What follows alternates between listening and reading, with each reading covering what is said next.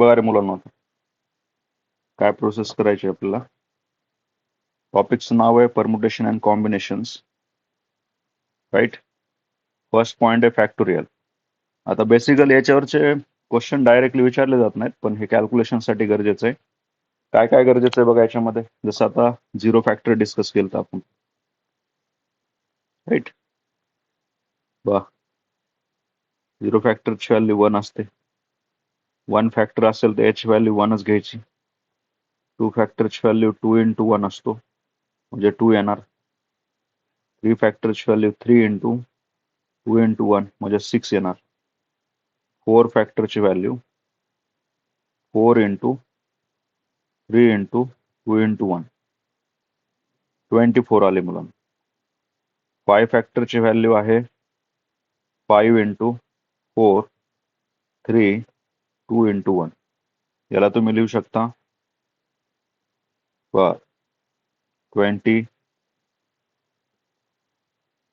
120 येते, कारण 24ला जर आपण 5 न मल्टिप्लाय केलं तेवढी व्हॅल्यू तुम्हाला भेटून जाणार आहे. त्याच्यानंतर 6 फॅक्टरची व्हॅल्यू कशी लिहायची मग आता. 6 इंटू 5 फॅक्टर्स, आता 6 इंटू किती आला 120. 12 इंटू 6 किती आला 72. 0ला 0 ॲज इट इज. 7 फॅक्टर कसं लिहिणार मग. 7 इंटू 6 फॅक्टर, हा 7 इंटू किती आला 720. हा 0 14 5040. ॲटलिस्ट तुम्हाला या स्टेपपर्यंतच्या व्हॅल्यू पाठ पाहिजेत.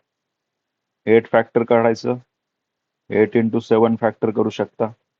9 फॅक्टरला पुन्हा 9 इंटू 8 फॅक्टर्स. ठीक आहे. तर डायरेक्ट व्हॅल्यू तुम्हाला 7 फॅक्टर पर्यंतच्या आल्या पाहिजेत. मॅक्झिमम आपल्याला 6 फॅक्टर पर्यंतचीच गरज पडते, पण खालचं पण तुम्हाला माहिती पाहिजे थोडं. ठीक आहे. ॲटलिस्ट तुम्हाला हे समजलं कॅल्क्युलेट कसं करायचं. तर याच्यावरचे क्वेश्चन कसे बनतात basically. 8 factor minus 6 factors, right. मग 8 फॅक्टर कसं काढणार तुम्ही. 8 इंटू 7 फॅक्टर 6 फॅक्टर. 7 फॅक्टरची व्हॅल्यू माहिती आहे आपल्याला 5040. या ठिकाणी घ्यायचं आपल्याला 8 इंटू 5040 मायनस 6 फॅक्टर किती होता 720. मग बस 0 3240. हे जे पण सबट्रॅक्शन येईल ते तुमचा आन्सर असणार आहे. समजा आता असा क्वेश्चन असेल या ठिकाणी 8 फॅक्टर डिवाइड बाय 6 फॅक्टर, मग काय करणार. 8ला स्प्लिट करायचं. 8 इंटू 7 इंटू 6 फॅक्टर. हे असं करून डिव्हिजन करत बसायचं नाही, असं स्प्लिट करायचं. 8ला 6 पर्यंत स्प्लिट करायचं. 6 फॅक्टर कॅन्सल, 56 आन्सर येणार. ठीक आहे. त्याच्यानंतर दुसरं बघा, आता इथं 11 फॅक्टर आहे आणि इथं समजा आता 9 फॅक्टर पण आहे आणि 3 फॅक्टर पण आहे. याला कसं सॉल्व्ह करणार. 11ला स्प्लिट करायचं कुठपर्यंत. लार्जेस्ट व्हॅल्यू कुठला डिनॉमिनेटरचा 9 पर्यंत. 11 into 10 into 9 factor divide bye 9 factor into 3 factor. 9 factor cancel. 11 into 10 divide by 3 फॅक्टरला 3 into 2 into 1 2 into 5. बस किती आली वर व्हॅल्यू 55 डिवाइड बाय 3 आन्सर येणार या टाईपमध्ये. हे बेसिक छोटे मोठे कॅल्क्युलेशन सगळ्यांना जमणार आहेत मुलांना, काही प्रॉब्लेम नाही. दोन्हीतला फरक समजून घ्या. 7 मायनस 3 फॅक्टर्स आणि 7 factors minus 3 factors. 7 minus 3 factor येतं मुलांना 4 फॅक्टर, ज्याची व्हॅल्यू होती 24, राईट आहे. आणि 7 फॅक्टर मायनस 3 फॅक्टर म्हणजे 7 फॅक्टरची व्हॅल्यू होती 5040 मायनस 3 फॅक्टरचे 6, म्हणजे हा 5034 येणार आन्सर. ठीक आहे. तर दोन्हीतला फरक समजून घ्या. ब्रॅकेटच्या मध्ये हा 7 मायनस 3 आधी करायचा, नंतर हे फॅक्टरायझेशन करायचे. या केसमध्ये आपल्याला सेपरेट सॉल्व्ह करायचे. चला पुढे जाऊ मुलांना. ठीक आहे. तर हे सर्वांना क्लिअर आहे मुलांना फॅक्टरायझेशन. येस, याच्यात काही डाऊट असेल तर एकदा अनम्यूट करून सांगा मला.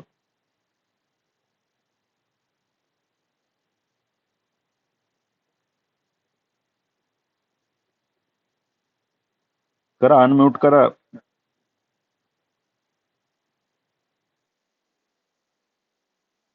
बाकीच्यांनी पण रिस्पॉन्स द्यायचा. इथं आपण काय कामाला जात नाही तिथं अटेंडन्स लावायला. ठीक आहे. त्याच्यानंतर आता फंडामेंटल प्रिन्सिपल ऑफ काउंटिंग हा एक थेरम टाईप आहे. याच्यामध्ये याची प्रोसेस काय करायची ती बघा. Two mutually exclusive operations. Mutually exclusive last topic मध्ये सांगितलं होतं. कुणाला आठवतंय? ए इंटरसेक्शन बी हा कसा असतो? 0 असतो. त्याला म्युच्युअली एक्सक्लुझिव्ह म्हणायचं. एक्झॉस्टिव्ह म्हणजे कसं असतं? A union B equal to काय होता? सॅम्पल पेस. प्रोबॅबिलिटी मध्ये बघितलं होतं आपण. ठीक आहे. तर पुढे काय सांगितलंय?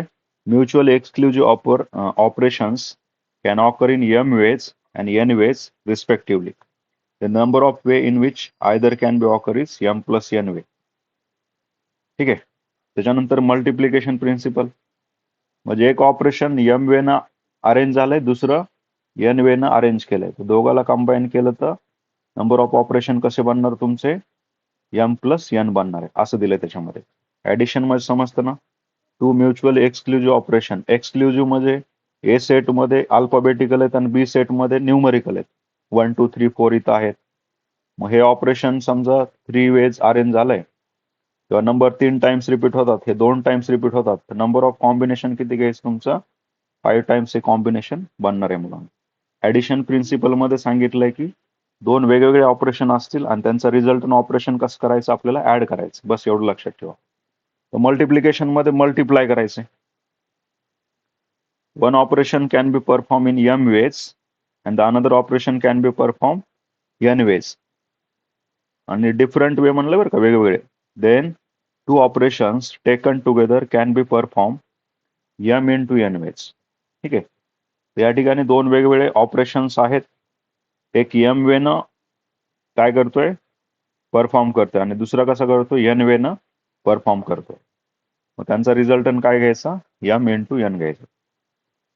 त्याच्यानंतर बघा आता आता हे थोडं क्वेश्चन मध्ये एक्सप्लेन करतो मी, ते तुम्हाला हे थोडं अजून लक्षात आलं नसेल. हे क्वेश्चन मध्ये लक्षात येईल मुलांना तुम्हाला. त्याच्यानंतर पुढे आहे फंडामेंटल किंवा परमुटेशन. बघा आता, तर आपल्याला टॉपिक हा 2 सेक्शन मध्ये डिव्हाइड केलाय. Permutation and combinations. Right? Permutation and combinations. आता बघा मुलांनो, हे 2 सेक्शन मध्ये जो टॉपिक डिव्हाइड केलाय आपला, त्याच्यामध्ये फर्स्ट आहे परमुटेशन्स, कॉम्बिनेशन. परमुटेशन म्हणजे काय करायचं असतं? जसे 5 बुक्स आहेत तुमच्याकडे आणि आपल्याला एका रॅक मध्ये अरेंज करायचे. मग जी अरेंजमेंट करायची प्रोसेस असते त्याला आपल्याला काय म्हणायचं? परमुटेशन म्हणायचं असतं. आता कॉम्बिनेशन कशाला म्हणायचं? समजा इथं आता काय दिलेत? काही मार्बल्स आहेत या बॉक्समध्ये. मग इथं तुम्हाला सिलेक्ट करायचंय. रेड कलरची मार्बल सिलेक्ट करायची किंवा रेड आणि व्हाईट सिलेक्ट करायचं आहे, तर सिलेक्शनला म्हणायचं असतं कॉम्बिनेशन. तर क्लिअर आहे? बेसिक काय आहे मुलांनो? एकदम बेसिक कन्सेप्ट काय आहे? हे अरेंजमेंट करायचं असेल तर परमुटेशन. मग ही अरेंजमेंट तुमची असेंडिंग ऑर्डर मध्ये असेल, नंबरला असेंडिंग डिसेंडिंग मध्ये अरेंज करतो ना आपण, जसं अरेंजमेंट करायची असेल तुम्हाला, किंवा नंबर ऑफ पीपल अरेंज करायचे आपल्याला त्यांच्या हाईट प्रमाणे, वेट प्रमाणे, तर आपल्याला या ठिकाणी परमुटेशन यूज करायचंय. आणि जर सिलेक्ट करायचं असेल तुम्हाला, तर त्या ठिकाणी कॉम्बिनेशन आपल्याला यूज करायचंय. तर परमुटेशनचा जो मेन फॉर्म्युला आहे तो आहे NPR वाला. NPR. याचं आउटपुट असतं n factor divide by n minus R factors. जसं आता 3p2 घेऊ आपण, याची अरेंजमेंट कशी येणार? 3 factor divide by 3 minus 2 factors. Right? या टाईप मध्ये. याचा मिनिंग काय करायचं? काय असतो बघा, याचा मिनिंग काय असतो मुलांना? याचा मिनिंग असतो n नंबर ऑफ ऑब्जेक्ट पैकी r नंबर ऑफ ऑब्जेक्ट आपल्याला अरेंज करायचे.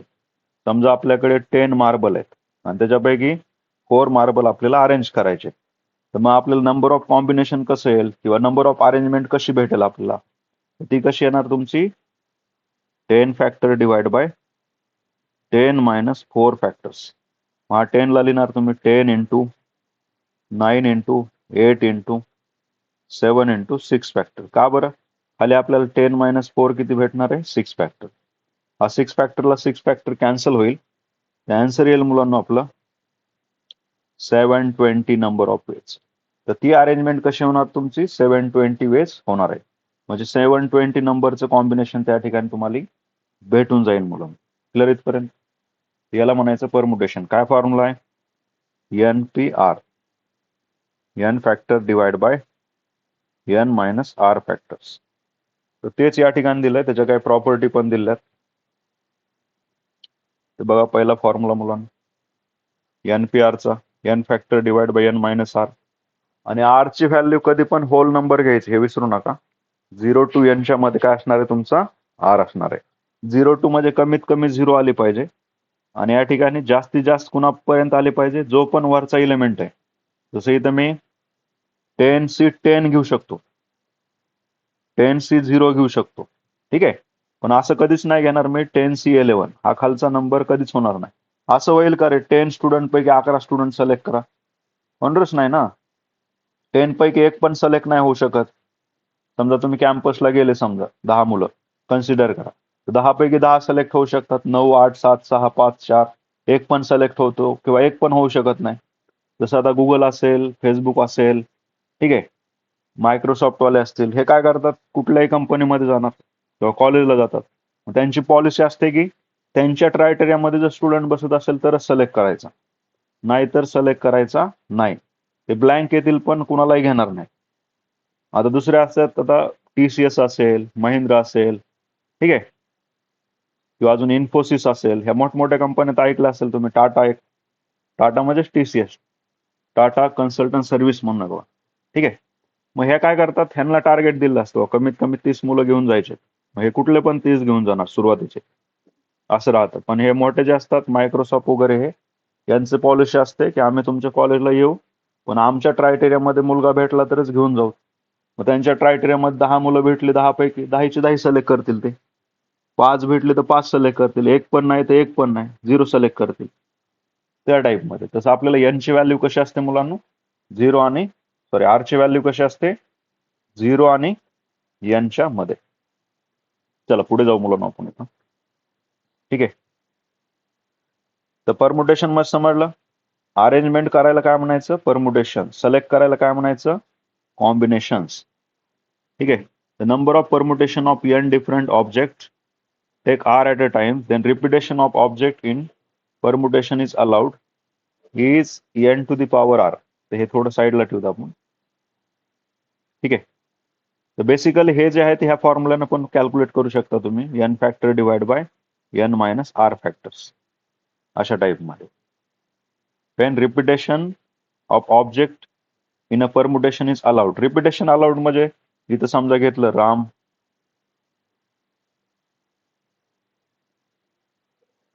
मग आता याची अरेंजमेंट करायची मला. मग आता कसं होणार मुलांना? या ठिकाणी नंबर ऑफ इलेमेंट्स किती आपले? याच्यामध्ये क्लिअरली सांगितलंय, the number of permutation of n different object taken r at a times when repetition of object in the permutation is allowed. Repetition जर अलाउड असेल तर त्याची अरेंजमेंट कशी होणार बघा. हे 2 वेळेस आहे. रिपिटेशन जर अलाउड असेल तर मी सगळ्याला हे घेऊ शकतो ना. समजा तुम्हाला 4 लेटरचा एक वर्ड बनवायला सांगितलं, रिपिटेशन अलाउड दिले, तर हा पण एक वर्डच आहे ना. मग याला दिले तुम्हाला किती ऑब्जेक्ट आहेत? 4 to the power काय बनणार तुमचं? रिपीट होणारे ऑब्जेक्ट. ठीक आहे. किती रिपीट होतात तुमचे? या टाईपमध्ये. असं कॉम्बिनेशन त्याचं दिलेलं आहे. ठीक आहे. रिपिटेशन अलाउड असेल तर 4चा स्क्वेअर म्हणजे 16 नंबर ऑफ आउटपुट त्या ठिकाणी भेटेल. बट स्टँडर्ड क्वेश्चन पुढे बघूत मुलांना. सध्या बेसिकली एवढं लक्षात ठेवा, रिपिटेशन जर असेल, रिपिटेशन अलाउड जर असेल तर नंबर ऑफ वे कसं काढायचं आपल्याला? n to the power r. याच्यामध्ये n नंबर ऑफ ऑब्जेक्ट आहे, त्याच्यामध्ये r number of object repeat होतात. मग ह्याचं नंबर ऑफ वेचं कंबाईन आउटपुट कसं भेटणार तुमचं? n to the power r. कधी? जर रिपिटेशन अलाउड असेल तर. दुसरं बघा, the number of arrangements of n different object taken all at a times when two specified object always together is. आता या केसमध्ये काय सांगितलं? आता समजा 2, 3, 4, 5, 6 किंवा 5 पर्यंतच घेऊत आपण, असं आहे. आणि सांगितलं की इव्हन नंबरचा एक ग्रुप बनवा, त्याचे नंबर ऑफ अरेंजमेंट काढा. तर इव्हन नंबर किती झाले आपले? याचा एक ग्रुप बनला तुमचा. ठीक आहे. टोटल 4 होते ना. आता ह्याचा 1 युनिट झाला आणि बाकी 3 आणि 5 म्हणजे नंबर ऑफ अरेंजमेंट कशी येणार तुमची 3 फॅक्टर येणार याच्यामध्ये. नंबर ऑफ अरेंजमेंट कशी येते 3 फॅक्टर या ठिकाणी येते. बघा नंबर ऑफ अरेंजमेंट म्हणजे कसं येणार तुमचं बघा टोटल 4 होते 4 मधून 1 केलं ते 3 फॅक्टर आलं. ठीक आहे. आणि याच्यामध्ये 2 स्पेसिफाईड ऑब्जेक्ट असल्यामुळे त्याला 2 न मल्टिप्लाय केलं. ठीक आहे. हे आपण जरा डिटेलमध्ये क्वेश्चन मध्ये समजेल मुलांना तुम्हाला. ठीक आहे. त्याचं टेन्शन नका घेऊ. सध्या फक्त एवढं लक्षात ठेवा एन ऑब्जेक्ट आहे त्याच्यापैकी आर रिपीट होतात आणि रिपिटेशन अलाउड केलंय तर नंबर ऑफ वेज कसं घ्यायचंय ना N to the power R. दुसरं काय लक्षात ठेवायचं एन ऑब्जेक्ट आहेत त्याच्यापैकी आपल्याला 2 ऑब्जेक्टला काय करायचंय टुगेदर घ्यायचंय. ठीक आहे. 2 ऑब्जेक्ट टुगेदर घ्यायचंय तर त्याचं नंबर ऑफ अरेंजमेंट कसं घ्यायचं 2 इन ब्रॅकेट n-1 फॅक्टर्स अशा टाईपमध्ये. आता हे शॉर्टकट बघा हे लक्षात हे महत्वाचं आहे आपल्यासाठी.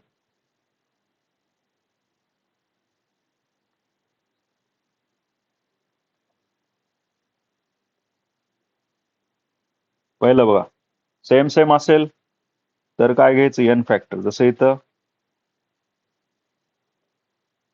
5p5 याची व्हॅल्यू 5 फॅक्टर घ्यायची. 5p0 असेल तर 1 घ्यायचा. 5p1 असेल तर n घ्यायचा. त्याच्यानंतर 5p4 असेल n-1 म्हणजे 4 तर काय घ्यायचं या ठिकाणी 5 फॅक्टर घ्यायचे. राईट. त्याच्यानंतर बघा npr equal to n-1 pr plus r into पुढं काय केलं n-1 p r-1. हे पण राहू दे कॉम्प्लेक्स समजायला एवढं वरचं समजून घ्या.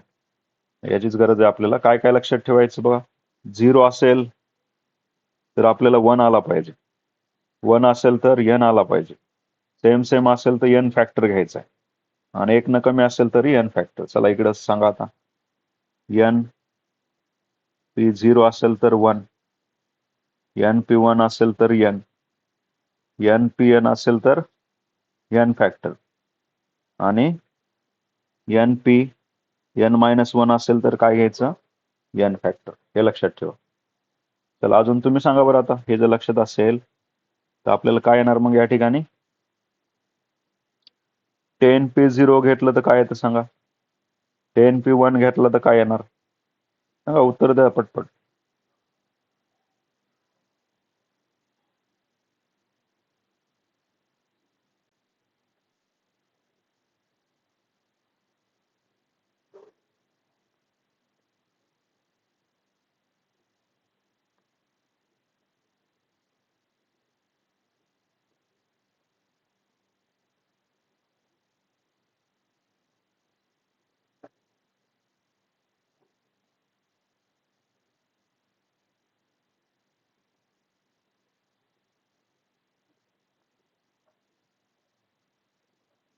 चला मुलांना सांगा आता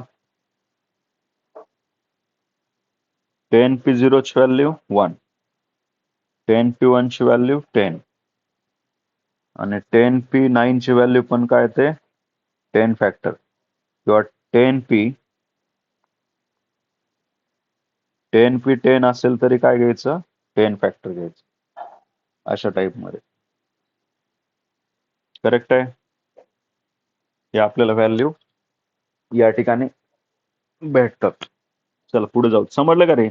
हे लक्षात ठेवा बरं का. हे 4 फॉर्म्युला लक्षात ठेवा कॅल्क्युलेशन लागणार आहेत आपल्याला. आपल्याला 2 टाईपचे क्वेश्चन असणार आहेत. पहिलं न्यूमरिकल असेल दुसरा थेरॉटिकल. थेरॉटिकलला पहिलं न्यूमरिकल मध्ये कन्वर्ट करावं लागतं आणि पुन्हा हेच शॉर्ट ट्रिक यूज करून त्याला सिम्प्लिफाय करावं लागतं.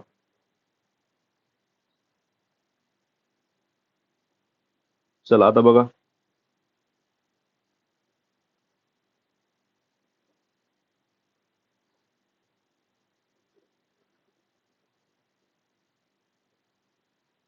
Permutation when all objects are not distinct. म्हणजे आता ह्याच्यामध्ये सांगतो मी काय काय करायचं ते.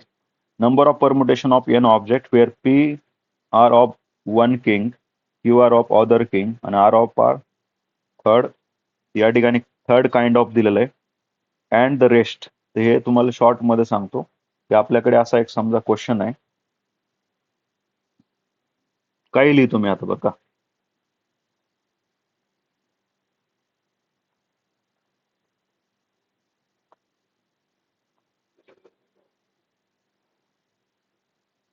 अशा टाईपचं रामायणा वगैरे असं काहीतरी लिहिलं आपण आणि ह्याचं काय करायचं नंबर ऑफ अरेंजमेंट काढायचे. समजतंय ना, परमुटेशन म्हणजे अरेंजमेंट असतं मुलांना आणि कॉम्बिनेशन म्हणजे सिलेक्शन. आता ही अरेंजमेंट कशी करायची ते सांगतो मी. पहिलं नंबर ऑफ एलिमेंट्स किती बघा, 8 आहेत. मग हे वर घ्यायचं 8 फॅक्टर जेवढे आहेत तेवढे. याच्यात रिपीट कोण किती वेळेस होतं बघा, आर एकदाच आहे, एम एकदाच आहे, वाय एकदाच आहे, एन एकदा. पण ए किती वेळेस रिपीट व्हायला 4 टाइम्स. मग हा 4 फॅक्टर झाला याचं कॉम्बिनेशन. असे क्वेश्चन आहेत बरं का PYQ मध्ये. दुसरं बघा आता,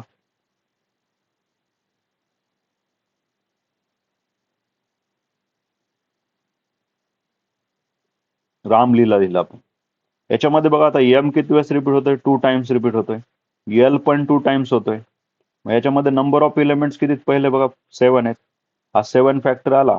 एल 2 टाइम्स रिपीट होतो म्हणून 2 आणि ए पण 2 टाइम्स रिपीट होतं म्हणून 2 फॅक्टर. हे त्याचं कॉम्बिनेशन झालं. आता प्रत्येक समजा रिपीट होत असेल MANP आणि पुन्हा MANP असं दिलंय, तर मला सांगा टोटल किती तरी हे 4 + 4 8 फॅक्टर आलं. आता एम किती वेळेस रिपीट आहे 2 टाइम्स, ए किती वेळेस आहे 2 टाइम्स, एन पण किती टाइम्स 2 टाइम्स आणि पुढे पी पण किती वेळेस आहे 2 टाइम्स. म्हणजे जेवढे रिपीट होतात ते खाली घ्यायचंय आणि टोटल इथं लिहायचंय. हेच आपला तो कन्सेप्ट आहे मुलांना. क्लिअर आहे. याच्यामध्ये पी क्यू आर काय होतात रिपीट होतात. एन म्हणजे नंबर ऑफ एलिमेंट्स असतात, त्याच्यामध्ये पी क्यू आर रिपीट होतात ते खाली घ्यायचं. जर रिपीट नसेल होत तो वरच्या ह्याच्यातच येणार तो. सर्क्युलर परम्युटेशन बघा, सर्क्युलर परम्युटेशन 4 मित्र आहेत किंवा 10 जण आहेत. 10 जणांना सर्क्युलर टेबलच्या अकॉर्डिंगली अरेंज करायचं आपल्याला. मग अशा केसमध्ये काय करायचं आपल्याला, त्यांचं नंबर ऑफ अरेंजमेंट्स कसे येणार 10 - 1 फॅक्टर्स म्हणजे 9 फॅक्टर वेज येणार. तर हे थोडं लक्षात ठेवा, हे महत्वाचं आहे आपल्याला. सर्क्युलर अरेंजमेंट्स मध्ये the number of circular permutation of different object, वेगवेगळे ऑब्जेक्ट जर आपल्याला सर्क्युलर टेबलच्या अकॉर्डिंग अरेंज करायचे असतील तर त्यांची जी अरेंजमेंट असते ती असते मुलांनो N-1 फॅक्टर. चला इथं डिस्कस करू आपण. बाय ABCDEF बस एवढं घेऊ. 5 एलिमेंट आहेत, त्यांना मला काय करायचं अरेंज करायचं. मग मी कसं करू शकतो रे, नॉर्मल केस मध्ये कसं येणार, पहिली पोझिशन समजा ए ला येणार, पुन्हा बी येणार, सी येणार, पुन्हा डी येईल, पुन्हा ई येईल आणि पुन्हा किती येईल मुलांनो एफ येईल या ठिकाणी. ठीक आहे. तर अरेंजमेंट कशी झाली ह्यांची, किती फॅक्टर झाले रे 6 फॅक्टर वे झाला. 6 फॅक्टर. तुम्ही म्हणता सर हे कसं काय पॉसिबल आहे, 6 फॅक्टरला कसं लिहिता रे 6 × 5 × 4 × 3 × 2 × हा समजून घ्या बरं का. आपल्याकडे 6 लेटर्स आहेत आणि त्यालाच 6 जागेवर अरेंज करायचे. मग मला सांगा जी पहिली जागा असेल त्याला किती ऑप्शन आहेत रे, माझ्याकडे 6 ऑप्शन आहेत. जी दुसरी जागा असेल माझी त्याला किती ऑप्शन, समजा त्यातला डी वापरला आपण, आता किती राहिले 5. त्याच्यानंतर मला सांगा आता अजून ई पण यूज केला आपण, आता किती राहिले, पुढच्या जागेसाठी किती ऑप्शन आहेत माझ्याकडे 4 ऑप्शन आहेत. त्याच्यानंतर तसंच 3 होणार, तसंच 2 होणार आणि तसंच काय होणार 1. ठीक आहे. हे सगळे आपण या ठिकाणी यूज केले. तर ही त्याची अरेंजमेंट झाली. याला शॉर्ट मध्ये काय म्हणायचं असतं 6 फॅक्टर वेज. पण हे सर्क्युलर अरेंजमेंट आहे का, नाही हॉरिझॉन्टल आहे. समजते. हॉरिझॉन्टल अरेंजमेंट मध्ये याची नंबर ऑफ अरेंजमेंट कशी आली आपली 6 फॅक्टर आली. पण मुलांना आता व्हर्टिकल बघा, आता सर्क्युलर बघा, सर्क्युलर मध्ये आपल्याला असं अरेंज करायचं, असं अरेंज करायचं. मग इथं समजा ए अरेंज केला राईट, इथं बी अरेंज केला, इथं सी, इथं डी, इथं ई केला आपण इकडे आणि इकडं मुलांना एफ केला.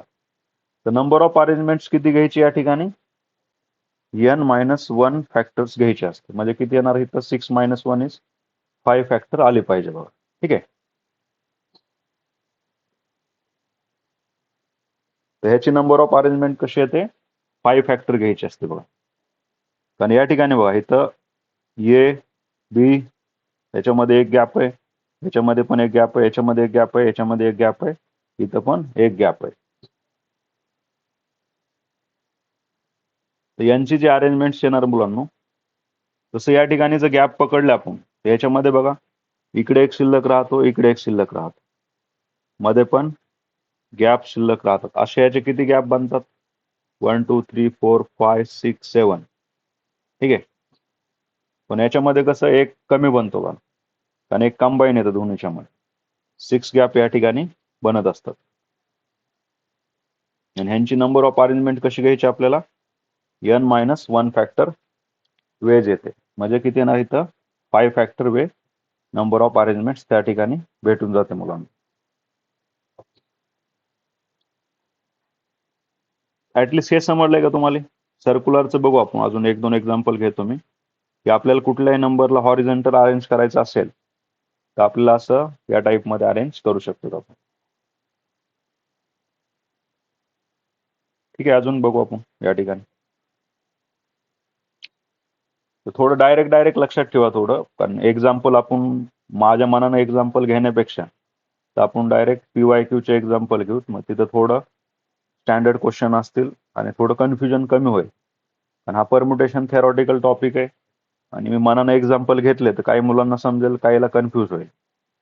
थोडं लक्षात ठेवा की आपल्याला या नंबर ऑफ ऑब्जेक्ट मध्ये जर PQR नंबर ऑफ ऑब्जेक्ट जर रिपीट होत असतील तर हा या टाईप मध्ये घ्यायचा आपल्याला. हे समजलं असेल सगळ्याला. सर्क्युलर परम्युटेशन मध्ये जर अरेंज करायचं असेल त्यांना तर आपल्याला n नंबर ऑफ ऑब्जेक्टचं अरेंजमेंट कशी येते, n-1 फॅक्टर. म्हणजे 10 लोक असतील त्यांना सर्क्युलर अरेंज करायचं असेल तर काय घ्यायचं, 9 फॅक्टर, 10-1 10-1 करायचं. पण त्या 10 लोकाला असं हॉरिझॉन्टल अरेंज करायचं असेल तर किती येणार, 10 फॅक्टर येणार. आणि सर्क्युलर अरेंज करायचं असेल तर 10-1 फॅक्टर म्हणजे 9 फॅक्टर येणार. एवढं क्लिअर झालं. If the clockwise and counterclockwise order are not distinct, then the number of arrangements. म्हणजे इकडून जरी अरेंज केलं तर तीच ऑर्डर येत असेल, इकडून अरेंज केलं तरी सेमच ऑर्डर येत असेल. जसं हा एक इलिमेंट आहे 3 नंबरला आहे, मग तो असा अरेंज केला तर 3लाच येत असेल, असा अरेंज केला जरी 3लाच येत असेल. तर त्यांची नंबर ऑफ अरेंजमेंट कशी घ्यायची, n-1 फॅक्टर डिवाइड बाय 2. हे कधी, क्लॉकवाईज किंवा counter clockwise. Counter clockwise means anti clockwise arrange केल्यानंतर त्याची ऑर्डर जर सेमच पोझिशनला येत असेल तर अशा केसमध्ये नंबर ऑफ अरेंजमेंट काय करायचे आपल्याला, n-1 डिवाइड बाय 2 फॅक्टर. चल थर्ड पॉइंट बघा. The number of way in which n object of which P are like can be arrange in a circular order. जसं इथं हे घेतलंय का, हे कशासाठी, तुमचं हॉरिझॉन्टल साठी असे अरेंजमेंट. आता तोच कन्सेप्ट इथे घेतलाय त्यांनी सर्क्युलर मध्ये.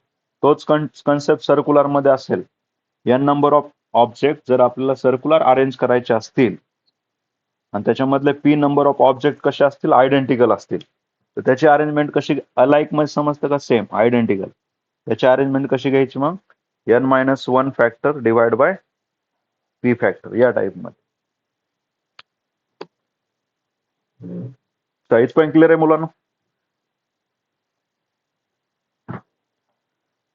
बा काय काय घेतलं आपण सांगा. आता n ऑब्जेक्ट मला काय करायचे आहेत, n ऑब्जेक्टला मला n ऑब्जेक्ट पैकी R ऑब्जेक्ट आणि P ऑब्जेक्ट आणि Q ऑब्जेक्ट हे कसे रिपीट होतात, यांची अरेंजमेंट कशी घ्यायची, n factor divide by R factor, P factor आणि Q फॅक्टर. दुसरं बघा, n ऑब्जेक्टला मला हॉरिझॉन्टल अरेंज करायचे, रिपिटेशन नाहीये त्याच्यामध्ये, त्याची अरेंजमेंट कशी येणार मग, ही अरेंजमेंट येणार मुलांनो n फॅक्टर वेज. असं मग घेतलं होतं 6-5-4. जर मला n ऑब्जेक्टला सर्क्युलर अरेंज करायचं असेल, त्यांचं number of output n-1 factor येतं. जर मला n ऑब्जेक्टला सर्क्युलर अरेंज करायचंय पण त्याच्यामध्ये क्लॉकवाईज अँड अँटी क्लॉकवाईज हे सेमच आहे, मग अशा केसमध्ये याची अरेंजमेंट कशी घ्यायची आपल्याला, n-1 फॅक्टर्स डिवाइड बाय 2. पुढचा पॉइंट आहे, n ऑब्जेक्ट मला काय करायचं, सर्क्युलर अरेंज करायचे आणि याच्यामध्ये R number of element same आहेत, मग ह्याचा अरेंजमेंट कशी घ्यायचा, n-1 सर्क्युलर असल्यामुळं वर n-1 येणार आणि खाली जो रिपीट होतोय तो घ्यायचा. एकच रिपीट होत असेल तर एकच घ्या, 2 होत असतील 2, 3 होत असतील तर 3. तर ह्या टाईप मध्ये आपण हे कन्सेप्ट बघितले मुलांना. त्याच्यातला अजून एक बाकी परम्युटेशन मधला, हा, the number of circular permutation of n different object taken R at a times. n पैकी आर सिलेक्ट करायचे. हे जर clockwise anti clockwise orders are taken different. Clockwise anti clockwise different taken केली तर NPR डिवाइड बाय आर घ्यायचं, फक्त R factor नाही. NPR divide by R. But clockwise आणि अँटी क्लॉकवाईज जर सेम कन्सिडर केलं तर काय घ्यायचं आपल्याला? NPR तर तसंच राहणार, खाली फक्त 2R घ्यायचे. बा क्लॉकवाईज अँटी क्लॉक वेगळं असेल तर हे घ्यायचंय. क्लॉकवाईज अँटी क्लॉक सेम जर असेल तर हा घ्यायचा आपल्याला, NPR डिवाइड बाय 2R. तर हे परमुटेशन क्लिअर आहे सगळ्यांना? आता उत्तर द्या थोडे परमुटेशनचे. करा, अनम्यूट करा सगळे, काय प्रॉब्लेम नाही. पहिलं सांगा, NP0 ची व्हॅल्यू किती येते? NP1 ची व्हॅल्यू करा अनम्यूट. अनित्य, NPN असेल तर काय घ्यायचं? NPN-1. बघा, NP0 ला काय येणार आपलं? 1. 0 असेल तर 1 घ्यायचं. NP1 असेल तर n. NPN सेम सेम असेल तर n फॅक्टर्स. आणि एक न कमी असेल, जसं इथं 5P4 असेल, खालचा एक न कमी असेल तरी n फॅक्टर घ्यायचा आपलं. इथं मला वाटतं nच येणार, n फॅक्टर ते ह्याच्यामध्ये चुकीच दिले. याला कॅल्क्युलेट करू ना आपण, काय टेन्शन घेतो. याचं काय येणार? 5 factors divide bye 5 minus 4 factors. वर किती आला? 5 फॅक्टर डिवाइड बाय, हा n फॅक्टरेज येते. 5 फॅक्टर डिवाइड बाय 5 मायनस 4 किती आला? 1 फॅक्टर. तर हा तुमचा 5 फॅक्टर म्हणजे n फॅक्टरेज येणार याचं. ठीक आहे, तर हे क्लिअर आहे. दुसरं सांगा आता, n नंबर ऑफ एलिमेंट्स आहेत ते ऑब्जेक्ट, आणि त्याच्यापैकी R रिपीट होतात. R रिपीट होत आहे. याला कसं लिहायचं? n फॅक्टर जेवढे रिपीट होतात ते खाली. आता n नंबर ऑफ ऑब्जेक्टला मला हॉरिझॉन्टल अरेंज करायचंय अशा टाईपमध्ये. मग ह्याचं किती घ्यायचं? n फॅक्टर घ्यायचं. आता n नंबर ऑफ एलिमेंटला मला सर्क्युलर अरेंज करायचं, याचं आउटपुट कसं येणार? n-1 factor. आता n नंबर ऑफ ऑब्जेक्ट मध्ये काय करायचं आपल्याला? सर्क्युलर तर अरेंज करायचंय, पण क्लॉकवाईज अँटी क्लॉकवाईज त्याचे सेमच येते. मग अशा केसमध्ये n-1 फॅक्टर डिवाइड बाय 2 घ्यायचं. क्लिअर आहे? त्याच्यानंतर आता बघा, n नंबर ऑफ ऑब्जेक्ट मध्ये पुढचा जो आहे, n नंबर ऑफ ऑब्जेक्ट मध्ये R नंबर ऑफ ऑब्जेक्ट कसे आहेत तुमचे? क्लॉकवाईज आणि अँटी क्लॉकवाईज डिफरंट आहेत. हा तुमचा NPR डिवाइड बाय काय घेतलं तर R. आणि हेच सेम जर असतील तर NPR डिवाइड बाय 2R घ्यायचं. येस, अजून कुठला बाकी का? येस, एक बाकी आपला. किंवा n नंबर ऑफ एलिमेंट्स मध्ये R number of element same आहेत, आणि कसं आहे ते सर्क्युलर अरेंज करायचे, त्याचं येणार n-1 फॅक्टर्स डिवाइड बाय जेवढे रिपीट होतात ते खाली घ्यायचे. एवढ्या गोष्टी आपण बघितलेल्या आहेत. हे अजून क्वेश्चन सॉल्व्ह करताना आपण बघणार आहेत. हे आपला परमुटेशन झालं मुलांनो. परमुटेशन मध्ये तुम्हाला एवढंच बघायचंय. पुढचं आता कॉम्बिनेशन आहे. चल, कॉम्बिनेशन मध्ये बघा आता काय काय दिलं आपल्याला.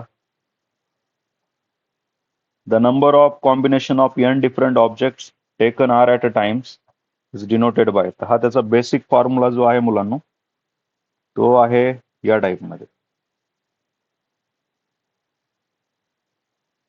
NCR वाला. राईट? NCR is the basic formula. काय फॉर्म्युला असतो? n factor divide by r factor in bracket n-r factors.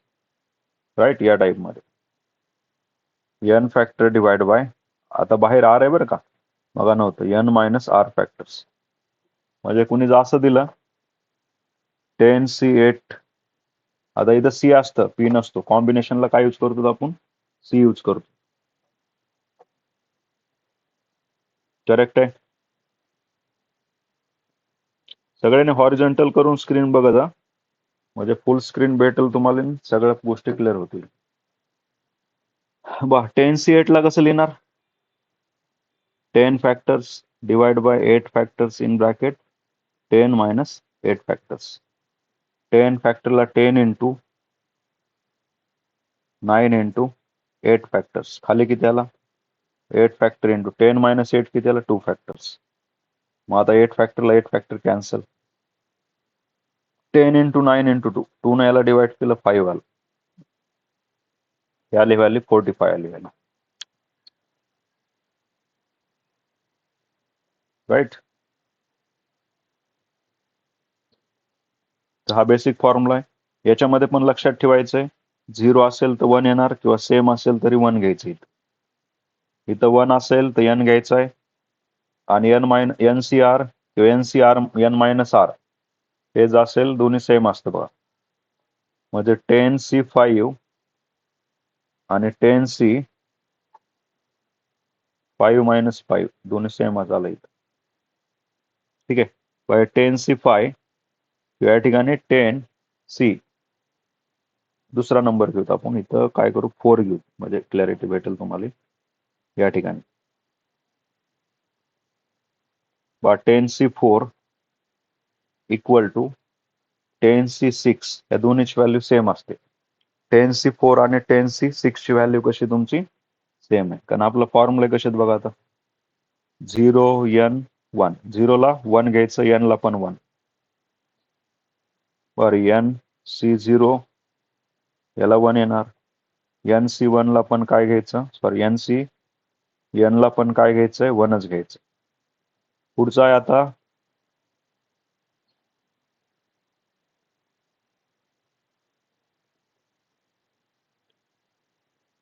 NC1 याला आपल्याला n घ्यायचं आणि NCR आणि NCn मायनस आर हे दोन्ही सेम असतं. एवढं इथं लक्षात ठेवा. चला पुढचं बघा, 2-3 पॉईंट आहेत फक्त आता. आणि आर ची व्हॅल्यू ही 1 आणि n च्या मध्ये असते. R0 घ्यायचं नाही. ठीक आहे. या फॉर्म्युलामध्ये फक्त वर नाही, वर घेऊ शकता तुम्ही.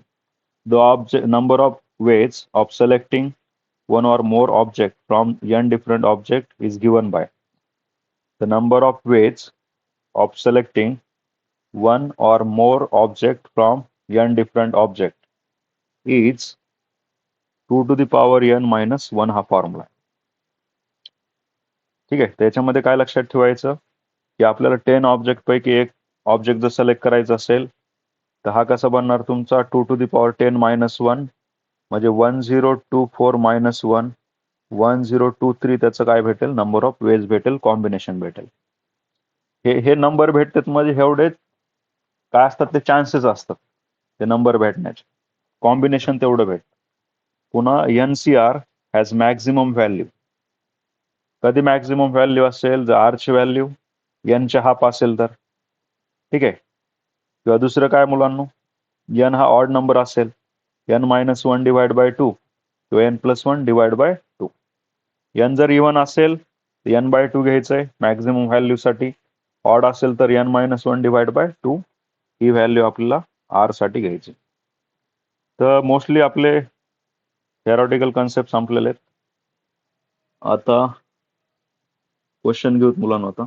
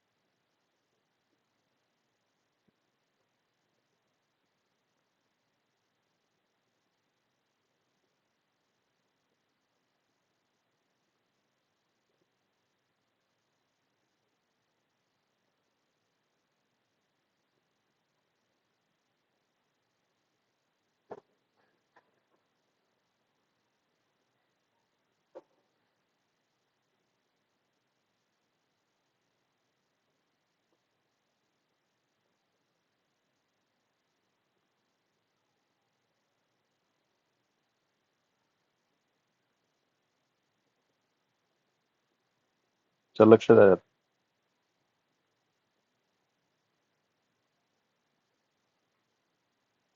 बघा आता क्वेश्चन पण आहे समोर, सोल्युशन पण घेतलंय मी, जेणेकरून नंबर ऑफ क्वेश्चन आपले जास्त होतील.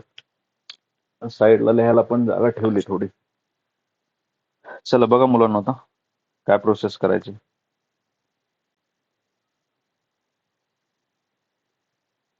पहिला क्वेश्चन आहे, all the letter of the words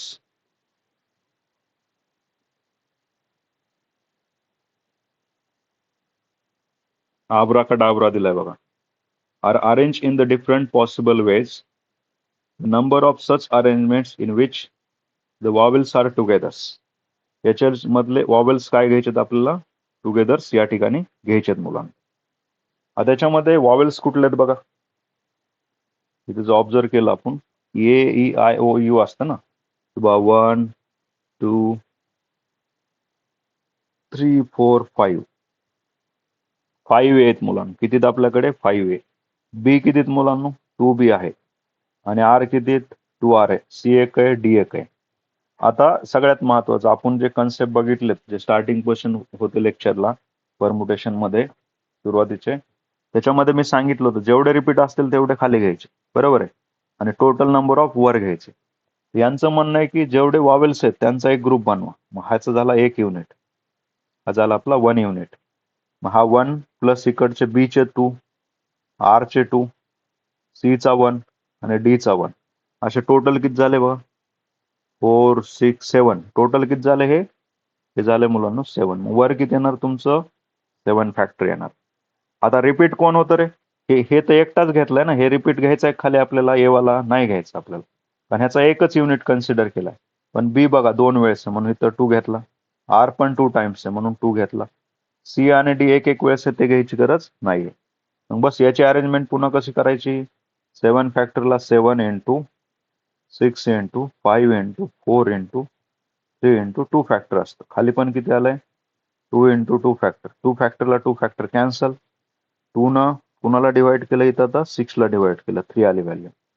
मग 7 इंटू 3 आणि 5 इंटू 4 किती आला, 20 इंटू पुन्हा 3 आलं, त्याची व्हॅल्यू 21 इंटू 20 इंटू 3 व्हॅल्यू. मग याला जर प्रोडक्ट केला तुम्ही, याचा प्रोडक्ट येणार 1260 येतो, 1260 या टाईप मध्ये. तर समजलं, सगळ्या एला टुगेदर घ्यायचं सांगितलं क्वेश्चन मध्ये, क्लिअरली सांगितले ना. Such that as arranged in a different possible ways, then the number of way arranged in which the vowels are together. Vowels together म्हणजे आता याच्यामध्ये वॉवेल्स एकच आहे, एच होता आपल्याकडे. जर दुसरे जर असते तरी आपण घेतले असते, ओ असता, यू असता, तो पण ह्या 5 मध्येच आपण काउंट केला असतो. तर पहिला क्वेश्चन समजला का सांगा, अनम्यूट करून सांगा रे. काय केलं तर आपण याच्यामधले 5 वेला एक ग्रुप कन्सिडर केला, त्याचा एकच घेतला आपण. मग बी 2 टाइम्स आहे, आर 2 टाइम्स आहे, सी 1 टाइम्स, डी 1 टाइम्स, असे किती झाले, हे 7 झाले. म्हणून वर आलं 7 फॅक्टर. आता रिपीट होणारा कोण आहे, बी रिपीट आहे, हा पण रिपीट आहे म्हणून 2 2 आला. त्याला सॉल्व्ह केलं की हे भेटलं. हे 5 ए का घेतलं नाही, कारण क्वेश्चन मध्ये सांगितलंय ना, वॉवेल्स आर टुगेदर्स. समजलं पहिला क्वेश्चन. बोला पुढे, या टाईपचे क्वेश्चन आहेत म्हणून विचारतोय. या टाईपचे सेम टाईपचे 4-5 क्वेश्चन आहेत. हे समजलं असेल तर पुढचे पटपट समजतील, नसेल तर याच्यामध्ये डाऊट विचारा मला.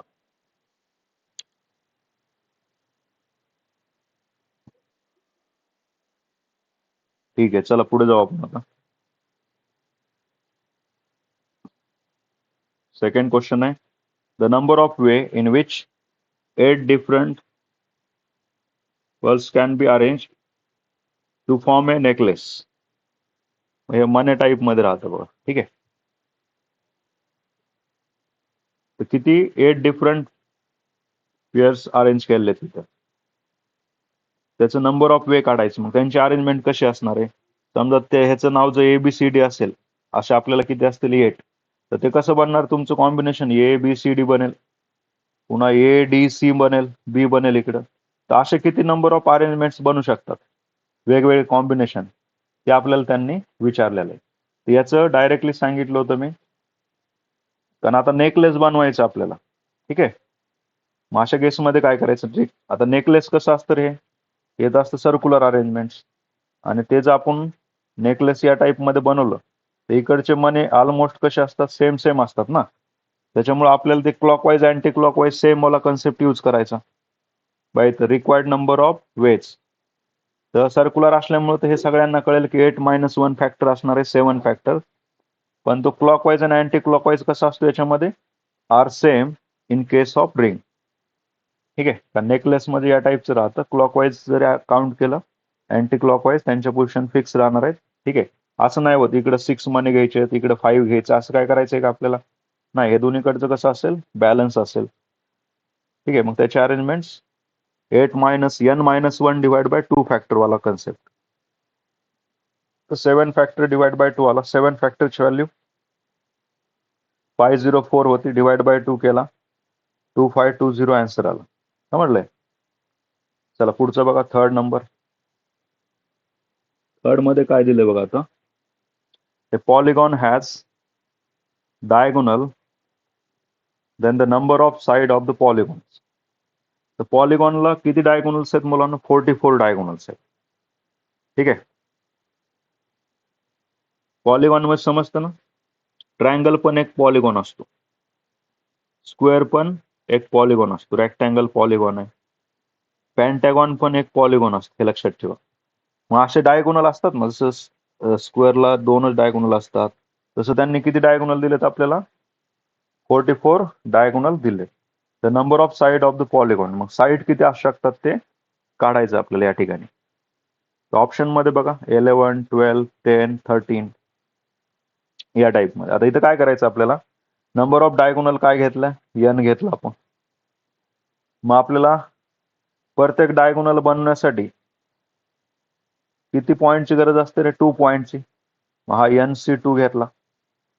n नंबर ऑफ असे असतील ना, n नंबर ऑफ पॉईंट पैकी मला एक डायगोनल जर जॉईन करायचं असेल तर मला 2 पॉईंट सिलेक्ट करावं लागतील.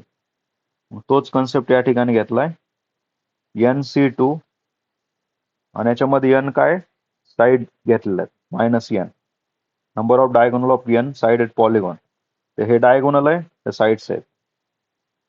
ठीक आहे. पुढे आता व्हॅल्यू पुट केली आपण या ठिकाणी.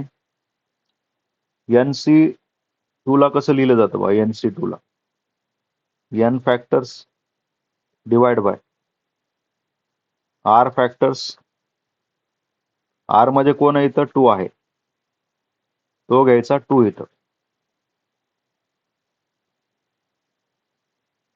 2 फॅक्टर, आणि n - 2 फॅक्टर अशा टाईप मध्ये याला लिहिलं आपण.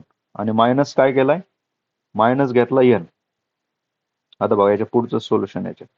आता काय करायचं, वरच्या n फॅक्टरला n - 2 पर्यंत स्प्लिट करायचं, n - 1 n - 2 डिवाइड बाय खाली कोण आहे, 2 into n - 2 factors. n - 2 n - 2 cancel झाला, -n आले व्हॅल्यू. मग आता या दोन्हीचा प्रोडक्ट, n चा square -n divide by 2 -n अशा टाईप मध्ये, राईट. आणि इक्वल टू किती दिले त्यांनी, किती डायगोनल बनतात, 44 डायगोनल दिलेत. बस याला सॉल्व्ह केलं, n square -n - 2n equal to 88 येणार. मग हा n स्क्वेअर -3n आला, -88 इक्वल टू 0. क्वाड्रॅटिक इक्वेशन भेटलं. याला फॅक्टराइज केलं, n ची व्हॅल्यू आली 11. तर आपल्याला अशा किती साइड बनणार, ह्या 11 साइड या ठिकाणी बनून जातील. आणि त्याच्यापासून किती डायगोनल बनतात, 44. असा डायगोनल बनतो, असा बनतो, असा बनेल, असे आपले किती बनणार आहेत, 44 डायगोनल. तर इथं हे शॉर्टकट थोडं लक्षात ठेवा, आणि हे प्रत्येक क्वेश्चन साठी चेंज होणार नाही, हे फिक्स असेल तुमचं. कशासाठी, number of diagonal of n sided polygon, हा फॉर्म्युलाच आहे, number of diagonals of n sided polygon. मग आपल्याला इकडची व्हॅल्यू तर फिक्स होती, फक्त हे दिलंय तुम्हाला, number of diagonal equal to दिलेत, याची व्हॅल्यू आपल्याला दिलेली. बस सॉल्व्ह केलं, n ची व्हॅल्यू काढायची. काय फॉर्म्युला आहे, number of diagonals of n sided polygon. चला पुढचा बघा. तर तिसरा क्लिअर आहे, काय फॉर्म्युला आपला, NCR - n या टाईप मध्ये. आता येतं number of diagonals of n sided पॉलिगॉनला डायगोनल साठी 2 घ्यायचं बघा. इथं का 2 घ्यायचं? कारण आपल्याला माहित आहे या ठिकाणी मुलांना की डायगोनल हा 2 पॉइंट मधून ड्रॉ करायचा असतो. याची व्हॅल्यू 45 दिली, बाकी याला सॉल्व्ह केलं फक्त, यांची व्हॅल्यू 11 आली. पुढे आहे the number can be form using the digit 1 2 3 4 पुन्हा 3 2 1 so that odd digit always occupy odd places. आता हा महत्वाचा क्वेश्चन आहे थोडा. काय काय दिलंय बघा. याच्यामध्ये किती नंबर्स आहेत आपले? 7 नंबर आहेत. आणि त्यांनी काय सांगितले? Odd digit always occupy odd places. तर थोडं आपण या ठिकाणी बघू मुलांना काय करायचं ते.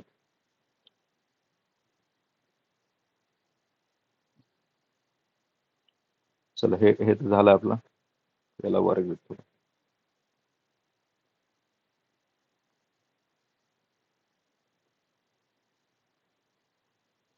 बघा रे आता ऑड डिजिटला ऑल ऑड प्लेसवर आपल्याला काय करायचं? अरेंज करायचं. बस एवढाच कन्सेप्ट आहे. कशा पद्धतीने करायचं ती बघू मुलांना. बघा या ठिकाणी किती ऑड नंबर आहेत याच्यामध्ये? 1 आहे, 3 आहे, 3 आहे, पुन्हा 1 आहे. राईट आहे. म्हणजे 4 ऑड नंबर आहेत. 4 ऑड डिजिट आले आपले. आणि प्लेसेस पण किती येतात? किती नंबर आहेत टोटल? 7 आहेत ना. मग 1 2 3 4 5 बघा पुढे 6 7 या ठिकाणी 6 7 बघा इथं ऑड पोझिशन असते. Odd position, odd position, odd position. किती ऑड पोझिशन आले आपल्या? 4 ऑड पोझिशन आले. पण फर्स्ट असतंय, थर्ड, फिफ्थ आणि 7 अशा आपल्या ऑड पोझिशन आल्या मुलांना. तसं 4 नंबर आहेत आणि ऑड पोझिशन पण किती? 4 आहे. मग odd digit can be occupy odd places in. मला सांगा किती नंबर आहेत total? 4. Odd digit occupy odd places. 4 digit आहेत म्हणून 4 फॅक्टर घेतला वर. त्याच्यात रिपीट कोण कोण होतं रे? 1 2 वेळेस आहे, 3 2 टाइम्स आहे. मग 1 साठी 2 फॅक्टर, 3 साठी पण 2 फॅक्टर. ही त्याची अरेंजमेंट आली. आणि ह्याला सॉल्व्ह केलं की आन्सर किती येतं आपलं? 6 वेज. बघा ना या ठिकाणी 4 इंटू 3 इंटू 2 इंटू 1. खाली पण 2 इंटू 2 4 आला, 4 कॅन्सल झाला, 3 इंटू 2 किती आलं? हे 6 वेज आलं. वॉर्ड नंबरची अरेंजमेंट कशी आली आपली? 6 फॅक्टर वेज आली. आता बाकीचं पण काढावं लागेल ना आपल्याला. डायरेक्ट 6 घ्यायचं काही त्याचं नाही घ्यायचं मला, कारण ऑडची अरेंजमेंट झाली. आता काय करायचं आपल्याला? इव्हन साठी रिमेनिंग नंबर साठी ट्राय करायचं. रिमेनिंग नंबर किती राहतात बघा याच्यात? रिमेनिंग नंबर किती राहतात? 1 गेला, 3 गेला, 3 गेला, 1 गेला. रिमेनिंग नंबर किती आपल्याकडे बघा? 3 नंबर आहेत. आणि जागा पण किती शिल्लक आहेत आपल्याकडे इव्हन साठी? Even, even, even. 3 जागा शिल्लक आहेत आणि 3 नंबर आहेत. Replaces 3 numbers. मग आता याची अरेंजमेंट कशी येते? 3 फॅक्टर वेज येते. कशी येते? 3 फॅक्टर. पण याच्यामध्ये रिपीट एक होतोय बघा. कुठला रिपीट होत होता? याच्यात रिपीट होणारा कोण आहे? 2 बघा. 2 रिपीट झालाय. 2 रिपीट झालाय म्हणून त्याची अरेंजमेंट कशी आली खाली? 2 फॅक्टर. ह्याचं काय भेटतं आपल्याला? 3 वेज भेटतं. 3 इंटू 2 डिवाइड बाय 2 2 कॅन्सल होऊन काय बनला? 3 वेज. अशा टाईपमध्ये आपल्याला हे इव्हन नंबरसाठी 3 वेजची अरेंजमेंट येते, ऑड नंबरसाठी 6 वेजची अरेंजमेंट येते. मग आपलं प्रिन्सिपल ऑफ मल्टिप्लिकेशन बघितलं होतं आपण. Required number of principal of multiplication मध्ये दोघांचा प्रोडक्ट करायचा. 6 इंटू 3 किती आला? 18 आली मुलांना. अशा टाईपमध्ये आपल्याला हे आन्सर भेटून जातं. 6 इंटू 3 18. 6 प्लस 3 9 करायचं नाही. लक्षात आलं का? ऍडिशन प्रिन्सिपल कधी यूज करायचं? सेपरेट सेपरेट असेल तर. ठीक आहे. इथं कसे आहेत? कंबाईन नंबर आहेत ना सगळे, इव्हन ऑड. त्याच्यामुळे इथं 6 आले व्हॅल्यू. सॉरी 18 आली. याच्यामध्ये काय लक्षात ठेवायचं आपल्याला? ऑड नंबरचं अरेंजमेंट 4 जागा आहेत, 4 नंबर आहेत, 4 फॅक्टर. त्याच्यामध्ये 2 2 रिपीट होतात. 2 फॅक्टर 2 फॅक्टर यांचं सॉल्व्ह केलं 6 वेज आला. त्याच्यानंतर इव्हन नंबर 3 आहेत म्हणून 3 फॅक्टर. त्याच्यामध्ये 1 रिपीट होतं 2दा.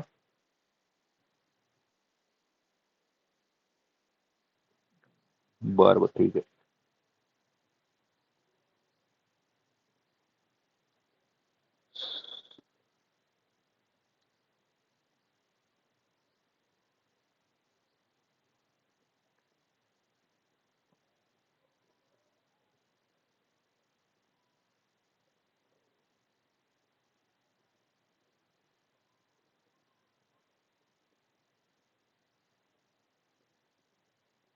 तर येते आवाज आता?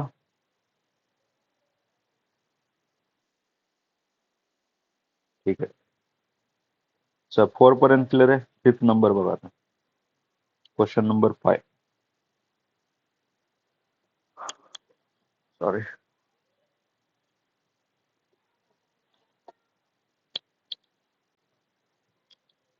क्वेश्चन 5 रीड करा. Out of 7 consonants and 4 vowels, the number of words consisting of 3 consonant and 2 vowels are. त्याच्यामध्ये काय दिलेत?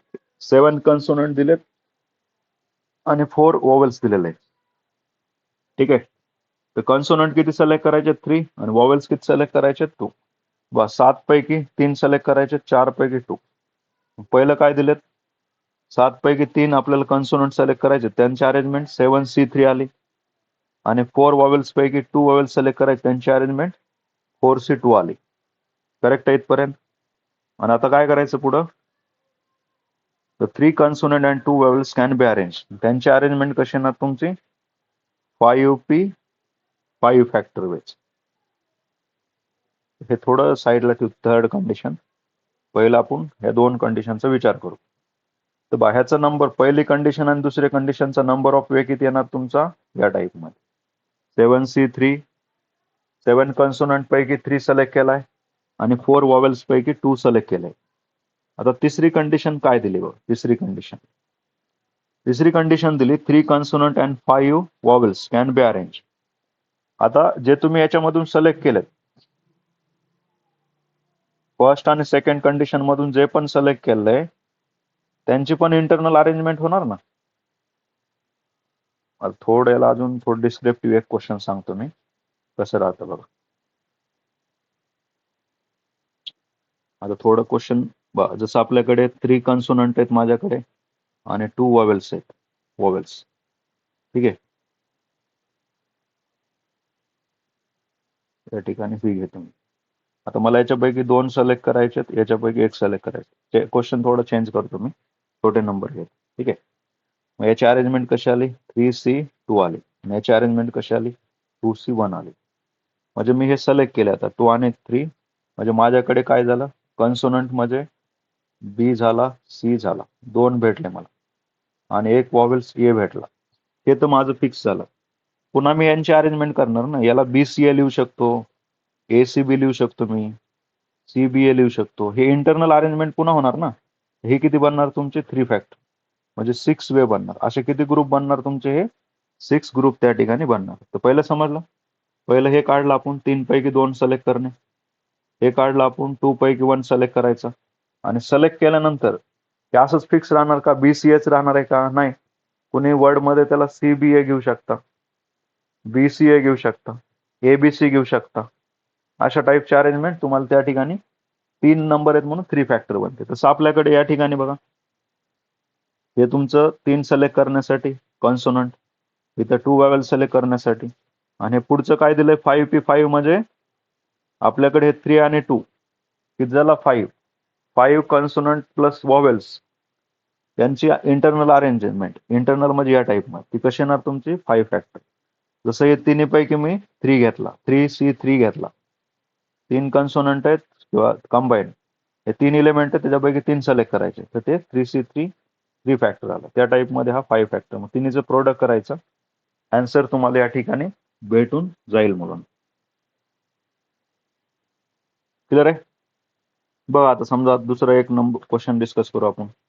10 कन्सोनंट आहेत आणि समजा आपल्याकडे 5 वॉवेल्स आहेत. 5च असतात, बरोबर आहे. याच्यापैकी मला 6 सिलेक्ट करायचे आणि याच्यापैकी मला 3 वॉवेल सिलेक्ट करायचे. यांची इंटरनल अरेंजमेंट 10C6 येणार इंटू याची किती येते? 5C3. आणि नंतर हा 6 प्लस 3 किती आला? 9. 9C9 येणार. 9 पैकी 9 सिलेक्ट करायचे. मग हे त्याचं कॉम्बिनेशन आलं मुलांना. पहिलं हे कॉन्सोनंट पैकी 6 सिलेक्ट केलं त्यासाठी हे आलं. 5 वॉवेल्स पैकी 3 सिलेक्ट केलं त्यासाठी हे आलं. हे दोघाच किती झालं? 9 पैकी 9 सिलेक्ट करायचे. तिसरी कंडिशन आली आपली. क्लिअर आहे? चला पुढे बघा. त्याला सॉल्व्ह केलं की तुम्हाला आन्सर भेटून जाईल. 6 नंबरचा question. 11C4, 11C5, 12C6, 13C7 equal to 14CR. Then the value of R. तर आपल्याला R ची व्हॅल्यू कॅल्क्युलेट करायची. आता इथे एक फॉर्म्युला असतो, तो इथं बघा, लक्ष द्या. काय फॉर्म्युला आहे आपला? NCR प्लस NCR प्लस 1 याची व्हॅल्यू कुणाच्या व्हॅल्यू इक्वल असते? N+1 R+1 च्या. म्हणजे इथं 10C9 दिले समजा आणि 10C10 दिले. याची व्हॅल्यू कुणाच्या इक्वल असणार? 11C10 च्या इक्वल असणार. 11C10 च्या. म्हणजे ह्या 10 पैकी एक जास्त घ्यायचा. ह्या 10 पैकी एक जास्त घ्यायचा इथं आणि खालचा दोन्ही पैकी जो लार्जेस्ट आहे तो घ्यायचा. तसं मला सांगा, हा जो आपला क्वेश्चन आहे याच्यामध्ये ग्रुप बनवला आपण. काय ग्रुप बनवला बघा? याच्यामध्ये 11C4 आणि 11C5. 4 आणि 5 सिक्वेन्स मध्ये ना. याचा आउटपुट काय येणार? 11च्या पुढचा नंबर कुठला आहे? 12. आणि इथं लार्जेस्ट कुठला आहे? 5. 12C5 आला. नंतर हा 12C5 आणि 12C6 बरोबर कम्पेअर केला आपण. मग इथं 12च्या पुढचा नंबर कुठला येणार? 13. आणि 5 आणि 6 मध्ये लार्जेस्ट कुठला आहे? 6 आहे.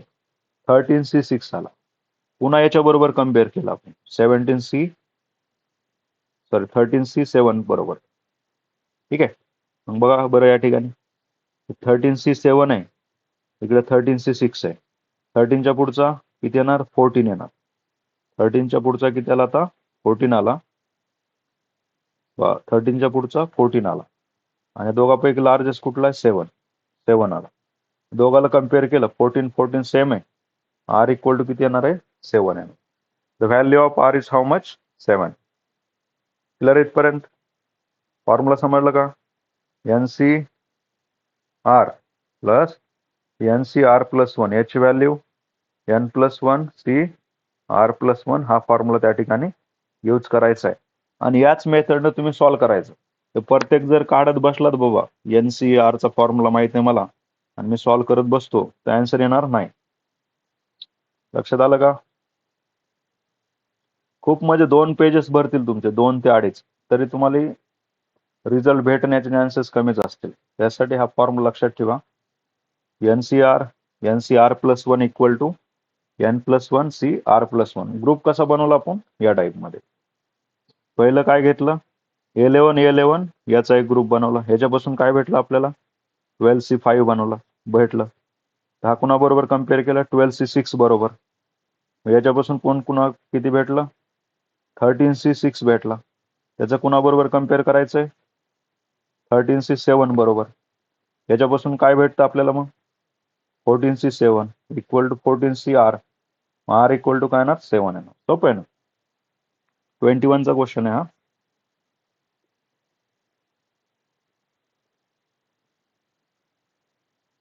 चल पुढचं लक्ष द्या रे.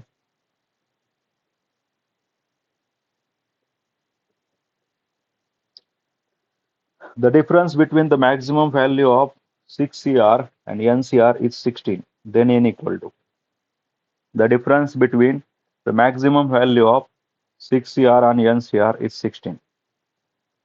तर ह्याच्यातल्या डिफरन्सची मॅक्झिमम व्हॅल्यू किती येते आपल्याला? 16 येते असं दिलेलं आहे. तर N काढा म्हणतंय. मग आपल्याला N माहित असेल तरच आपण डिफरन्स काढू शकतो. पण आपण आधी काय करू? अरेंज करू डिफरन्स प्रमाण त्याला.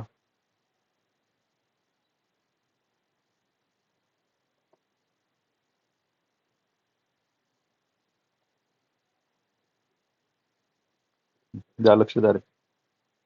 याला वर घेऊत आता.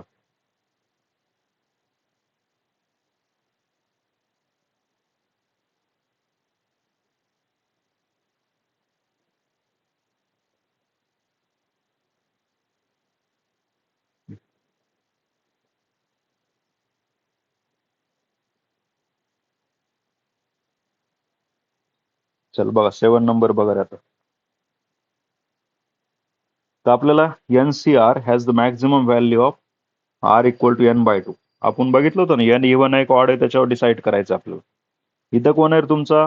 N कसा इव्हन आहे. इव्हन असेल तर N/2 मॅक्झिमम व्हॅल्यू म्हटलं होतं. आणि N जर ऑड असेल तर आपल्याला काय घ्यायचं होतं मॅक्झिमम व्हॅल्यू साठी? n-1 डिवाइड बाय 2 किंवा n+1 डिवाइड बाय 2. तर थेरीमध्ये बघितलं होतं बघा आपण दोन कन्सेप्ट. इवन असेल तर n/2, ऑड असेल तर n+1 किंवा n-1 डिवाइड बाय 2. चला आता बघा 7 number. NCR has maximum value R equal to किती आला n/2. when n is even. n कसा आहे तुमचा इवन आहे. राईट. चला पुढे बघा आता. The maximum value of NCR occur at. मग आता n ला कशाने डिवाइड केलं तुम्ही 2 न म्हणजे 3. R ची व्हॅल्यू जर 3 असेल तर याची व्हॅल्यू कशी भेटणार आहे तुम्हाला मॅक्झिमम भेटणार आहे. राईट. या टाईप मध्ये. मग आता पुढे काय करायचं आपल्याला याची व्हॅल्यू किती आली 20 आली आणि क्वेश्चन मध्ये त्यांचा डिफरन्स किती दिलाय 16 म्हणजे हा भेटला आपल्याला 20 समजा. दुसरं कॅल्क्युलेट करू आता. आता हे आपल्याला 16 दिलंय. आता याच्यामध्ये काय करायचं बघा. R ची व्हॅल्यू तर माहिती आहे आपल्याला. आता NC3 इक्वल टू. आता रूल पहिलं समजून घ्या बरं का. काय केलं आपण आपल्याला काढायचा आहे हा. मग याला मी इकडे पाठवलं. काय झाला प्लस झाला आणि 16 कसा रे प्लसचा इकडे आल्यावर मायनस म्हणजे आज डबल एकदा बघा रे. काढायचं कोण आपल्याला हा बाहेर घेतला किती याला NC3 इक्वल टू हा इथं कोण होता 6C3 आणि हा इकडे मध्ये गेल्यावर काय बनला -16. बट 6C3 ची व्हॅल्यू किती आली 20 - 16. आन्सर किती आला मुलांना 4 आली व्हॅल्यू. म्हणजे NC3 ची व्हॅल्यू किती आली 4 आली. आता NC3 ला लिहिणार कसं मी n factor divide by 3 factors in bracket n-3 factors equal to किती आला 4 आला. पुढे काय करायचं n फॅक्टरला n n-1 n-2 n-3 factors divide by 3 फॅक्टरची व्हॅल्यू 6 असते 6 in bracket n-3 factors. n-3 गेला निघून इक्वल टू कोण राहिला 4. 6 न 4 ला मल्टिप्लाय केलं ब्रॅकेटमध्ये n n-1 n-2 6 × 4 24 येतो. मग आता 24 चे असे 3 फॅक्टर बनवा. ठीक आहे. ज्याच्यामधला डिफरन्स 1 चा पाहिजे. 24 ला कसं लिहिणार रे 6 × काय करू शकता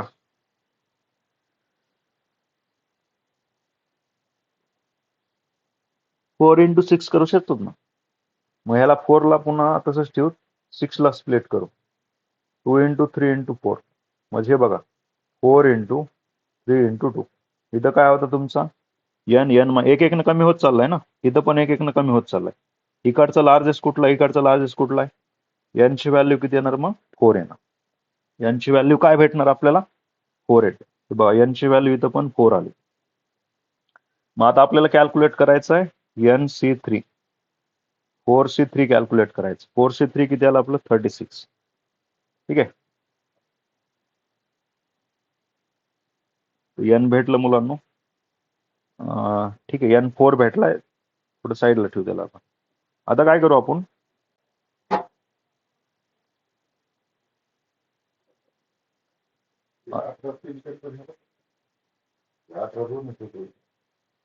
काय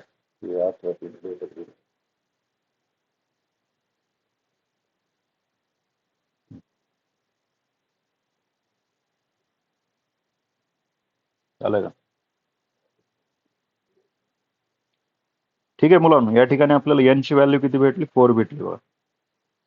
n4 भेटल्यानंतर पुढे प्रोसेस काय करायची when NC3 इक्वल टू 36. आता 36 दिलाय का बघू आपण. पहिलं तर आपल्याला 4 भेटलंय क्लिअर आहे या ठिकाणी. बस गरज नाही पुढचं मुलांना 4 आहे ना ऑप्शन आपल्याकडे. 36 दिलं पण नाही कशाला काढत बसायचं. काय काय प्रोसेस केली एकदा सांगा ओरली. येस PYQ बरं काय सगळे. तुम्हाला डबल सॉल्व करत बसायची गरज नाही. इथंच होऊन जातील तुमच्या ह्या टॉपिकचे. ठीक आहे. NCR आपल्याला माहित आहे n कसा इव्हन आहे म्हणून r ची व्हॅल्यू कशी भेटणार r इक्वल टू n/2 6/2 3 आला. कारण कसा n इव्हन आहे तर मॅक्झिमम व्हॅल्यू कधी असते जर r ची व्हॅल्यू n/2 च्या एवढी असेल तर. n ऑड असतं तर n-1 डिवाइड बाय 2 किंवा n+1 डिवाइड बाय 2 एवढी. राईट. मग इथून आपण 6c3 काढला. तो किती भेटला आपल्याला? 6c3 तो भेटला 20. राईट. ते काढल्यानंतर पुढे आपल्याला काय काढायचं सांगितलं? दोघाचा डिफरन्स. 6cr minus NCR 16 दिलता. याची व्हॅल्यू आपल्याला 20 आलती. इथलचं आपल्याला NCR पण माहित आहे. NC3 होता हा दिलाय क्वेश्चन मध्ये. इथून मी NC3 इक्वल टू काय केलं? 20 मायनस 16. याची व्हॅल्यू 4 आली. NC3 ला आपण सॉल्व्ह केलं. n ची व्हॅल्यू किती आली तुम्हाला? 4 आली. मग हेच माझं काय आन्सर आहे. येस, डाऊट असेल तर विचारा रे.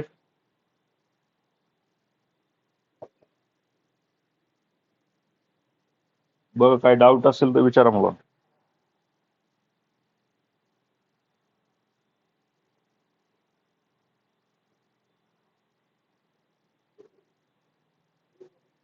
काय काय करायचं समजलंय का त्या क्वेश्चन मध्ये?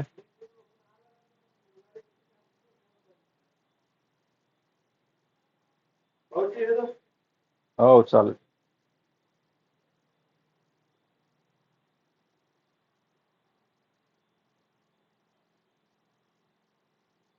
चला पुढे बघा आता.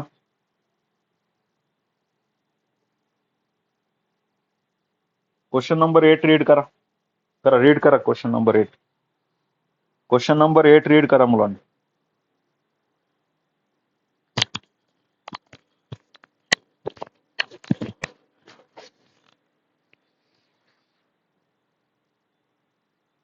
बघा क्वेश्चन 8 मध्ये काय दिलंय? A committee of 5 is to be form out of 6 men and 4 ladies.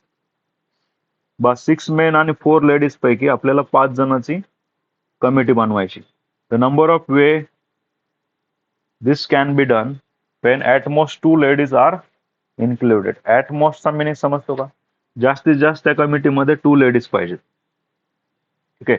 0 पण चालेल, 1 पण चालेल, 2 पण चालेल, पण 2 पेक्षा जास्त नाही. माझं कॉम्बिनेशन कसं येतं बघा. कॉम्बिनेशन भेटेल, एक पण लेडीज नाही तर नंबर ऑफ मेन किती घ्यावं लागतील? 5 घ्यावं लागतील. पहिलं कॉम्बिनेशन आलं. किंवा एक लेडीज 4 मॅन, किंवा काय बनू शकतं? 2 लेडीज 3 मॅन. या टाईपच्या कमिटी त्या ठिकाणी बनतात.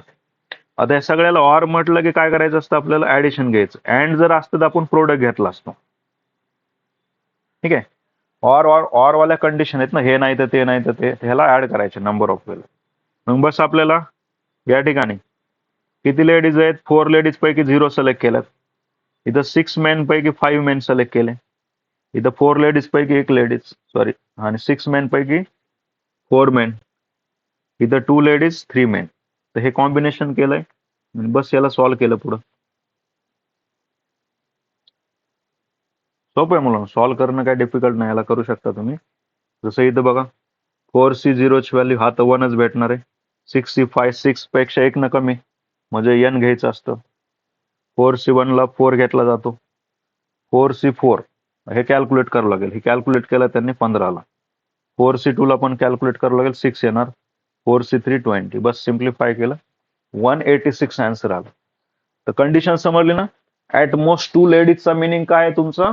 की जास्तीत जास्त आपल्याला किती लेडीज घ्यायच्यात? 2 लेडीज. मग 0 लेडीज असू शकते, 1 असू शकते, 2 असू शकते. आणि तिन्ही कंडिशन मध्ये काय घ्यायचं आपल्याला? ऑर घ्यायचंय मुलांना. ऑर असेल तर प्लस. 9 नंबर बघा आता. A bag contains 5 red marbles, 4 black marbles, and 3 white marbles. Then the number of way in which 4 marbles can be selected so that at most 2 of them are red. याच्यामध्ये 5 red marbles आहेत, 4 black marbles आहेत, 3 white marbles आहेत. Total किती झालं? 12 marble झाल्या. Then number of way in which 4 marbles can be selected so that at most 2 of them are red. At most 2 मध्ये समजतं का? जास्तीत जास्त 2 रेड असल्या पाहिजेत. 0 रेड चालेल, 1 रेड चालेल. ठीक आहे. आणि किती सिलेक्ट करायचे आपल्याला? 4 सिलेक्ट करायचे. बायचं कॉम्बिनेशन कसं भेटणार आता? मग सारखाच क्वेश्चन आहे, वेगळं नाही काय.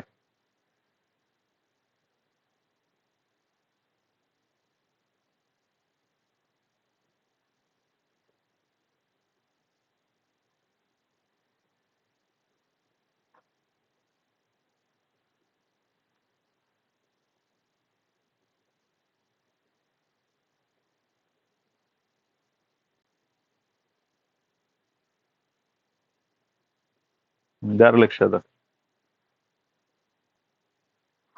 बघ ह्याच्यामध्ये काय केलं आपण, झिरो रेड आणि राहिलेले बाकीचे घेतले आपण.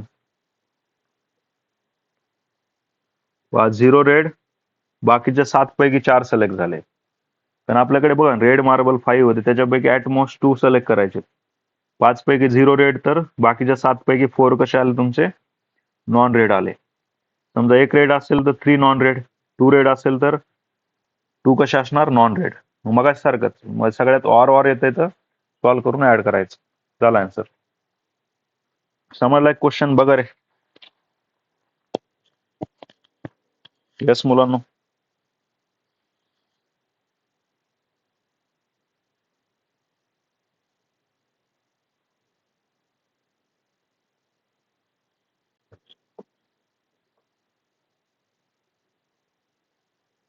येस समजलाय क्वेश्चन हा. चलो 10 नंबर बघा आता. 10 मध्ये, in a certain experiment candidate has to pass in each of the 5 subject and the number of way he can fail each. तर 5 एक्झाम मध्ये पास करायचंय, तर फेल होण्याचे चान्सेस त्याचे काढायचे आपल्याला. त्या ठिकाणी बघा, in each subject has 2 option. प्रत्येक सब्जेक्टला 2 ऑप्शन आहेत, एक तर पास होणार किंवा फेल. राईट. मग आता ते तुम्हाला स्टार्टिंगला एक फॉर्म्युला घेतला होता, n to the power r. तो फॉर्म्युला इथे यूज केला. Number of way in which the candidate can perform in 5 subject 2 to the power 5. तर त्याचं हे 2 टू द पॉवर 5 चा मिनिंग काय, ऑल पॉसिबिलिटी भेटतात आपल्याला, ऑल पॉसिबिलिटी. ठीक आहे. 2 टू द पॉवर 5 म्हणजे ऑल पॉसिबिलिटी भेटल्या. प्रत्येक सब्जेक्ट बघा 2 ऑप्शन आहेत, एक तर पास होईल किंवा फेल होईल. मग 4 मध्ये फेल झाला तर एकात पास आहे, 3 मध्ये फेल आहे तर 2त पास आहे.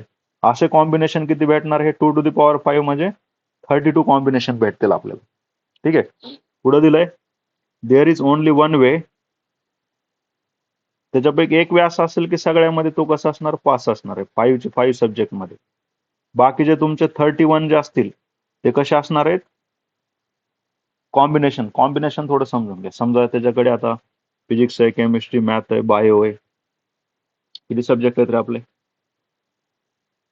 5. एकच मिनिट, 5 सब्जेक्ट दिलेत, 4 झाले, आणि इंग्लिश एक दिलं. मग काय होऊ शकतं, कॉम्बिनेशन कसं बनू शकतं, 5 झाला, 5 झाला, 5 5 फेल, 5 5 5 5 किंवा इथं पण फेल, 5 5 फेल फेल फेल. असे कॉम्बिनेशन किती बनणार आहेत आपले, 32. हे कसं काढलं आपण, 2 टू द पॉवर 5. 2 का घेतलाय, कारण 2च ऑप्शन आहेत, एक तर पास होईल किंवा फेल होईल. किती सब्जेक्ट आहेत ते वर घेतले आपण. राईट, अशा टाईप मध्ये. मग आता मला सांगा, हे असं करत करत एक कंडिशन असेल ना सगळ्यामध्ये तो पास पास, एक कंडिशन कशी येणार, पासवाली असणार आहे. मग मी काय करणार इथं, 32 मधून ती एक कंडिशन वजा करणार. आणि आपल्याला काय विचारणार आहे, विचारलंय फेल होण्याचे चान्सेस किती किंवा फेल होण्याचं कॉम्बिनेशन किती, तर ते किती येणार तुमचं, 31 येणार. फेल होण्याचं कॉम्बिनेशन किती येणार तुमचं, 31 असणार आहे. समजलं ते.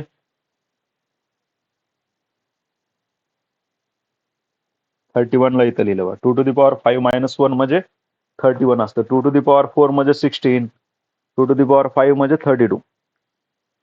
चला पुढचं बघा आता.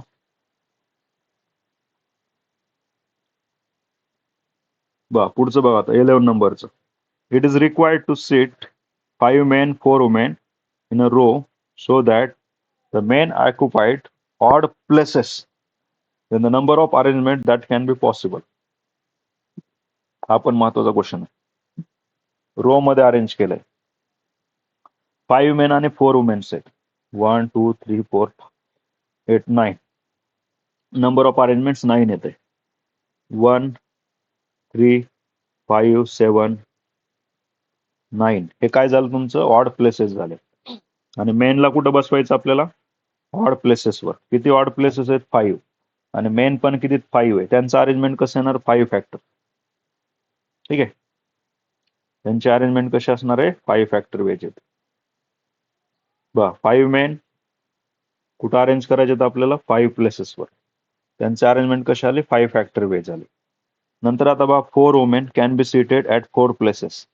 मग आता रिमेनिंग वुमेन 4 राहिल्यात आणि 4 जागा शिल्लक होत्या आपल्या. बघायचे असेल तर बघा 4 जागा शिल्लक आहेत तिथं. ठीक आहे, बघा 4 जागा शिल्लक आहेत. 1 2 3 4. 4 वुमेनला 4 जागेवर सीट कसं करायचं 4 फॅक्टर वेज. तो भेटतो तुम्हाला 4 फॅक्टर. झालं. नंबर ऑफ अरेंजमेंट्स दोघांमध्ये दोन्ही पण महत्वाचे आहेत ना, ऑर मध्ये नाही आहे. ठीक आहे, ऑर मध्ये कसं असतं मगाच सारखं 0 रेड 5 नॉन रेड अशा टाईप मध्ये. इथं नाही तसं, दोन्हीचं प्रोडक्ट करायचं. 5 फॅक्टरची व्हॅल्यू किती येते 120 आणि 4 फॅक्टर 24. डायरेक्ट प्रोडक्ट होतो. म्हणजे हे त्यासाठी पार्ट असणं गरजेचं आहे 6 फॅक्टर पर्यंत.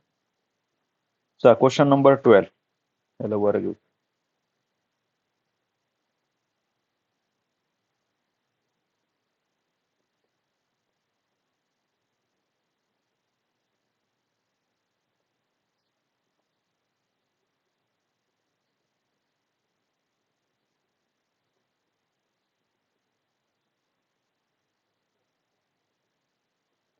क्वेश्चन 12 बघा मुलांना.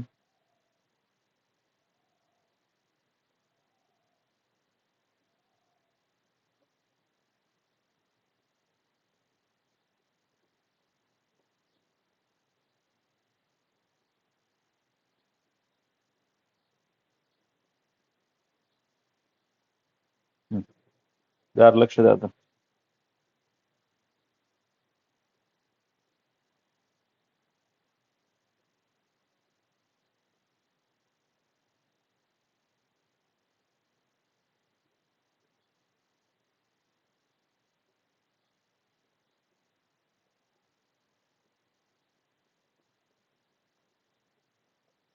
वाचा क्वेश्चन 12 रीड करा तोपर्यंत.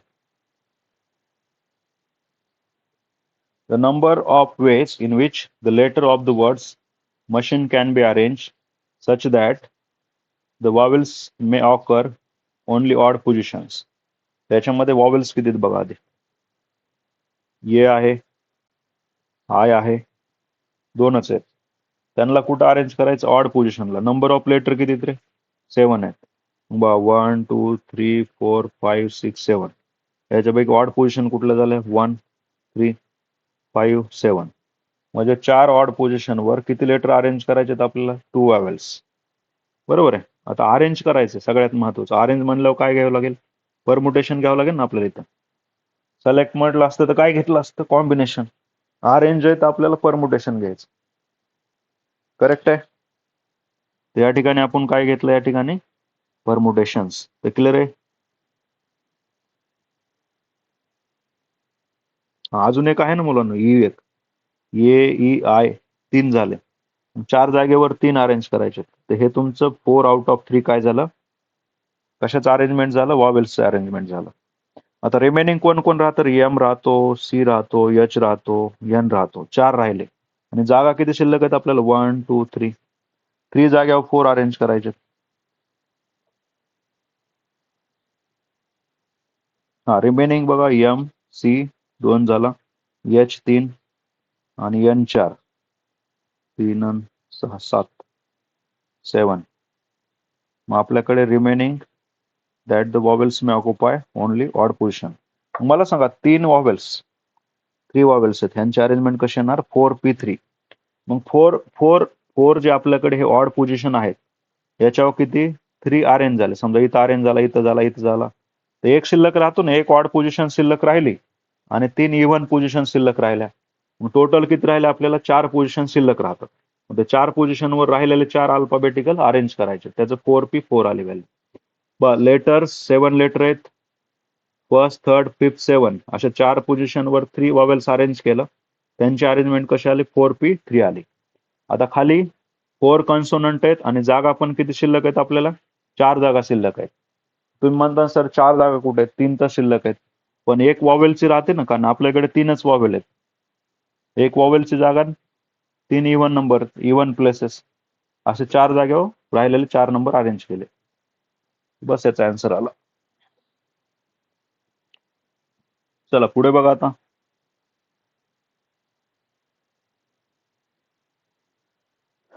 आता घ्यायचं आपल्याला किती नंबरचा घ्यायचा मुलांना बघा. 13 नंबर.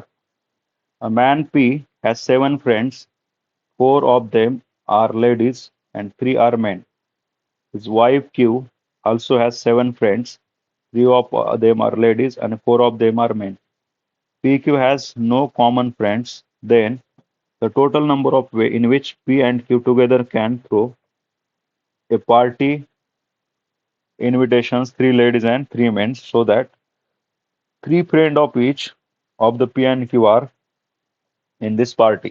क्वेश्चन जर थोडासा डिस्क्रिप्टिव्ह असेल तर एकच काम करायचं, थोडं आराममध्ये रीड करायचं त्याला. ठीक आहे. आणि स्प्लिट करायचं थोडं क्वेश्चनला. जसं आपल्याकडे मॅन आहे आणि वुमेन आहे. मॅनचे किती फ्रेंड्स आहेत? 7. त्याच्यामध्ये 4 कशा आहेत? लेडीज आहेत आणि 3 मेन्स आहेत. लेडीज आणि मेन्स. 4 लेडीज आणि 3 मेन्स. वुमेन आहे. ठीक आहे. वुमेनचं पण बघा टोटल फ्रेंड्स किती? 7 फ्रेंड आहेत. तिला पण 7 आहेत. ठीक आहे. 3 ऑफ देम्स आर लेडीज. 3 लेडीज आहेत आणि 4 कसे आहेत? मेन्स आहेत. हे लक्षात ठेवा. असं कॉम्बिनेशन आपल्याला दिलेलं आहे. आता आपल्याला काय करायचे? सिलेक्ट करताना फक्त 3 मेन्स आणि 3 लेडीज सिलेक्ट करायच्यात. आणि आपल्याला अजून एक कंडिशन दिली की याच्यात टोटल 7 पैकी 3 जणच आले पाहिजेत आणि ह्या 7 पैकी पण 3 जणच आले पाहिजेत, असं आपल्याला दिलेलं आहे. तर आपल्याला काय करायचं? तेच नंबर ऑफ कॉम्बिनेशन त्या ठिकाणी फाइंड आउट करायचं. मला बघा बरं एकदा काय काय करावं लागेल.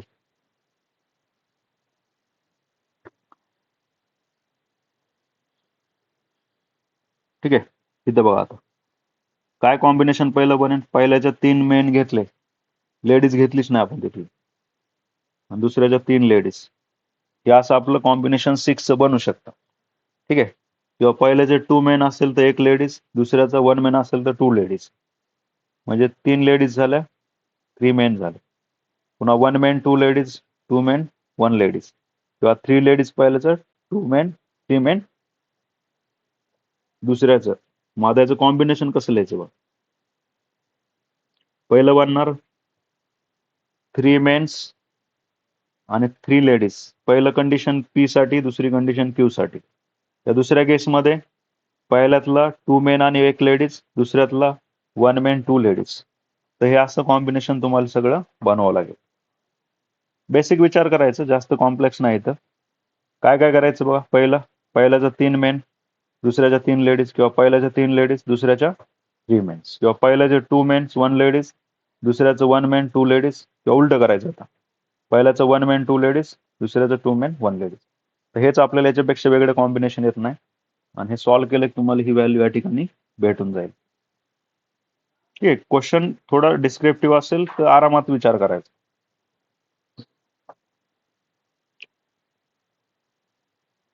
चला याच्यामध्ये बघा, number of way in which 6 men and 5 women can sit around the tables if no 2 women sit together. हे पण महत्वाचा क्वेश्चन आहे. जसं आपल्याकडे टेबल बनवला 1 2 3 4 आणि 5 मेन्स आहेत. तर आपल्याला काय करायचं? 2 वुमेन सोबत बसवायचे नाहीत. मग आपल्याकडे वुमेन किती आहेत मुलांनो? 5 वुमेन्स आहेत. आणि 5 वुमेन्सला जागा किती बघा? 1 2 3 4 5. ठीक आहे. आणि आपल्याला 2 वुमेन टुगेदर नको आहेत बरं का. त्यासाठी मध्ये मेन्स असणार आहे. किती मेन्स आहेत आपल्याकडे? 6 मेन्स आहेत. आणि जागा किती आहेत बघा मेनला? 1 2 3 4 आणि 5. मग मेनची अरेंजमेंट कशी येणार? 6 3 5. आणि वुमेनची कशी येणार?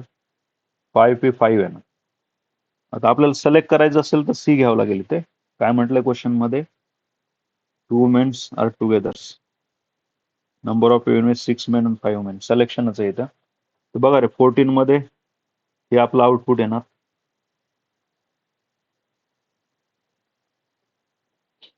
ठीक आहे. तर 5 मेनचं आलं तुमचं. 5 मेनला 5 प्लेसेसवर 5p5 आला. ठीक आहे. आणि दुसरं वुमेनसाठी किती वुमेन्स आहेत आपल्याकडे बघा. No 2 women seat together, 5 womens are to be arrange 6 empty seated. तर 6 एम्प्टी सीट राहतात. त्याची अरेंजमेंट कशी घ्यायची, 6p5 या टाईपमध्ये. तर पहिलं चालतं 5p5, दुसऱ्याचं 6p5. याची व्हॅल्यू येते तुमची 5 फॅक्टर शॉर्टकट. हा एक न कमी असल्यामुळे हा येतो तुमचा 6 फॅक्टर. बस याचा प्रोडक्ट करा किंवा ऑप्शन मध्ये डायरेक्ट हे दिलं असेल तुम्हाला.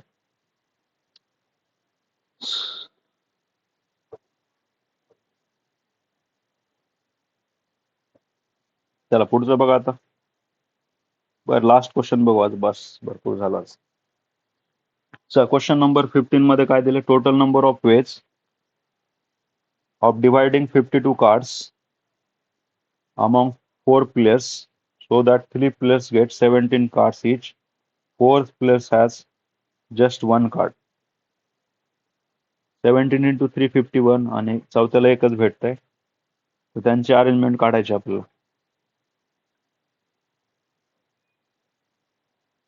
52 ला 4 मध्ये डिवाइड करायचंय आणि 3 प्लेयर्स गेट 17 कार्ड. बघा रेच काय काय केलं याच्यामध्ये. 52 cards are divided into 4 players such that 3 players get 17 cards and 4th players get 1 card. मग बघा आता पहिला प्लेयर जो आहे 52 पैकी 17, दुसऱ्या प्लेयरला किती घ्यावं लागेल मग, 52 मधून 17 गेल्यावर किती राहतं, 50 मधून 10, 17 कार्ड्स 1 कार्ड्स.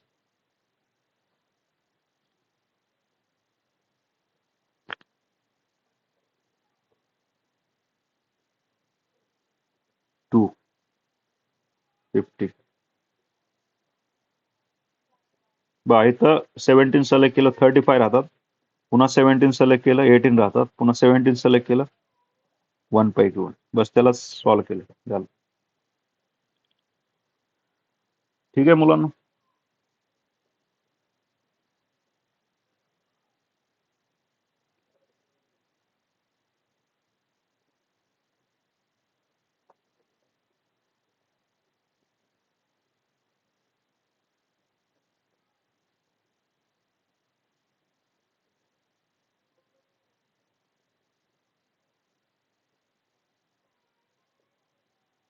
चालतंय, बाकीचे क्वेश्चन ट्राय करा, मी विथ सोल्युशन टाकून देतो ग्रुपला. लेक्चर डेली असेल आपलं फर्स्ट एक्झाम पर्यंत तुमचं. ऑफलाईन पण चालू होईल लवकरच. काय डाऊट आहे का रे कोणाला अजून? येस.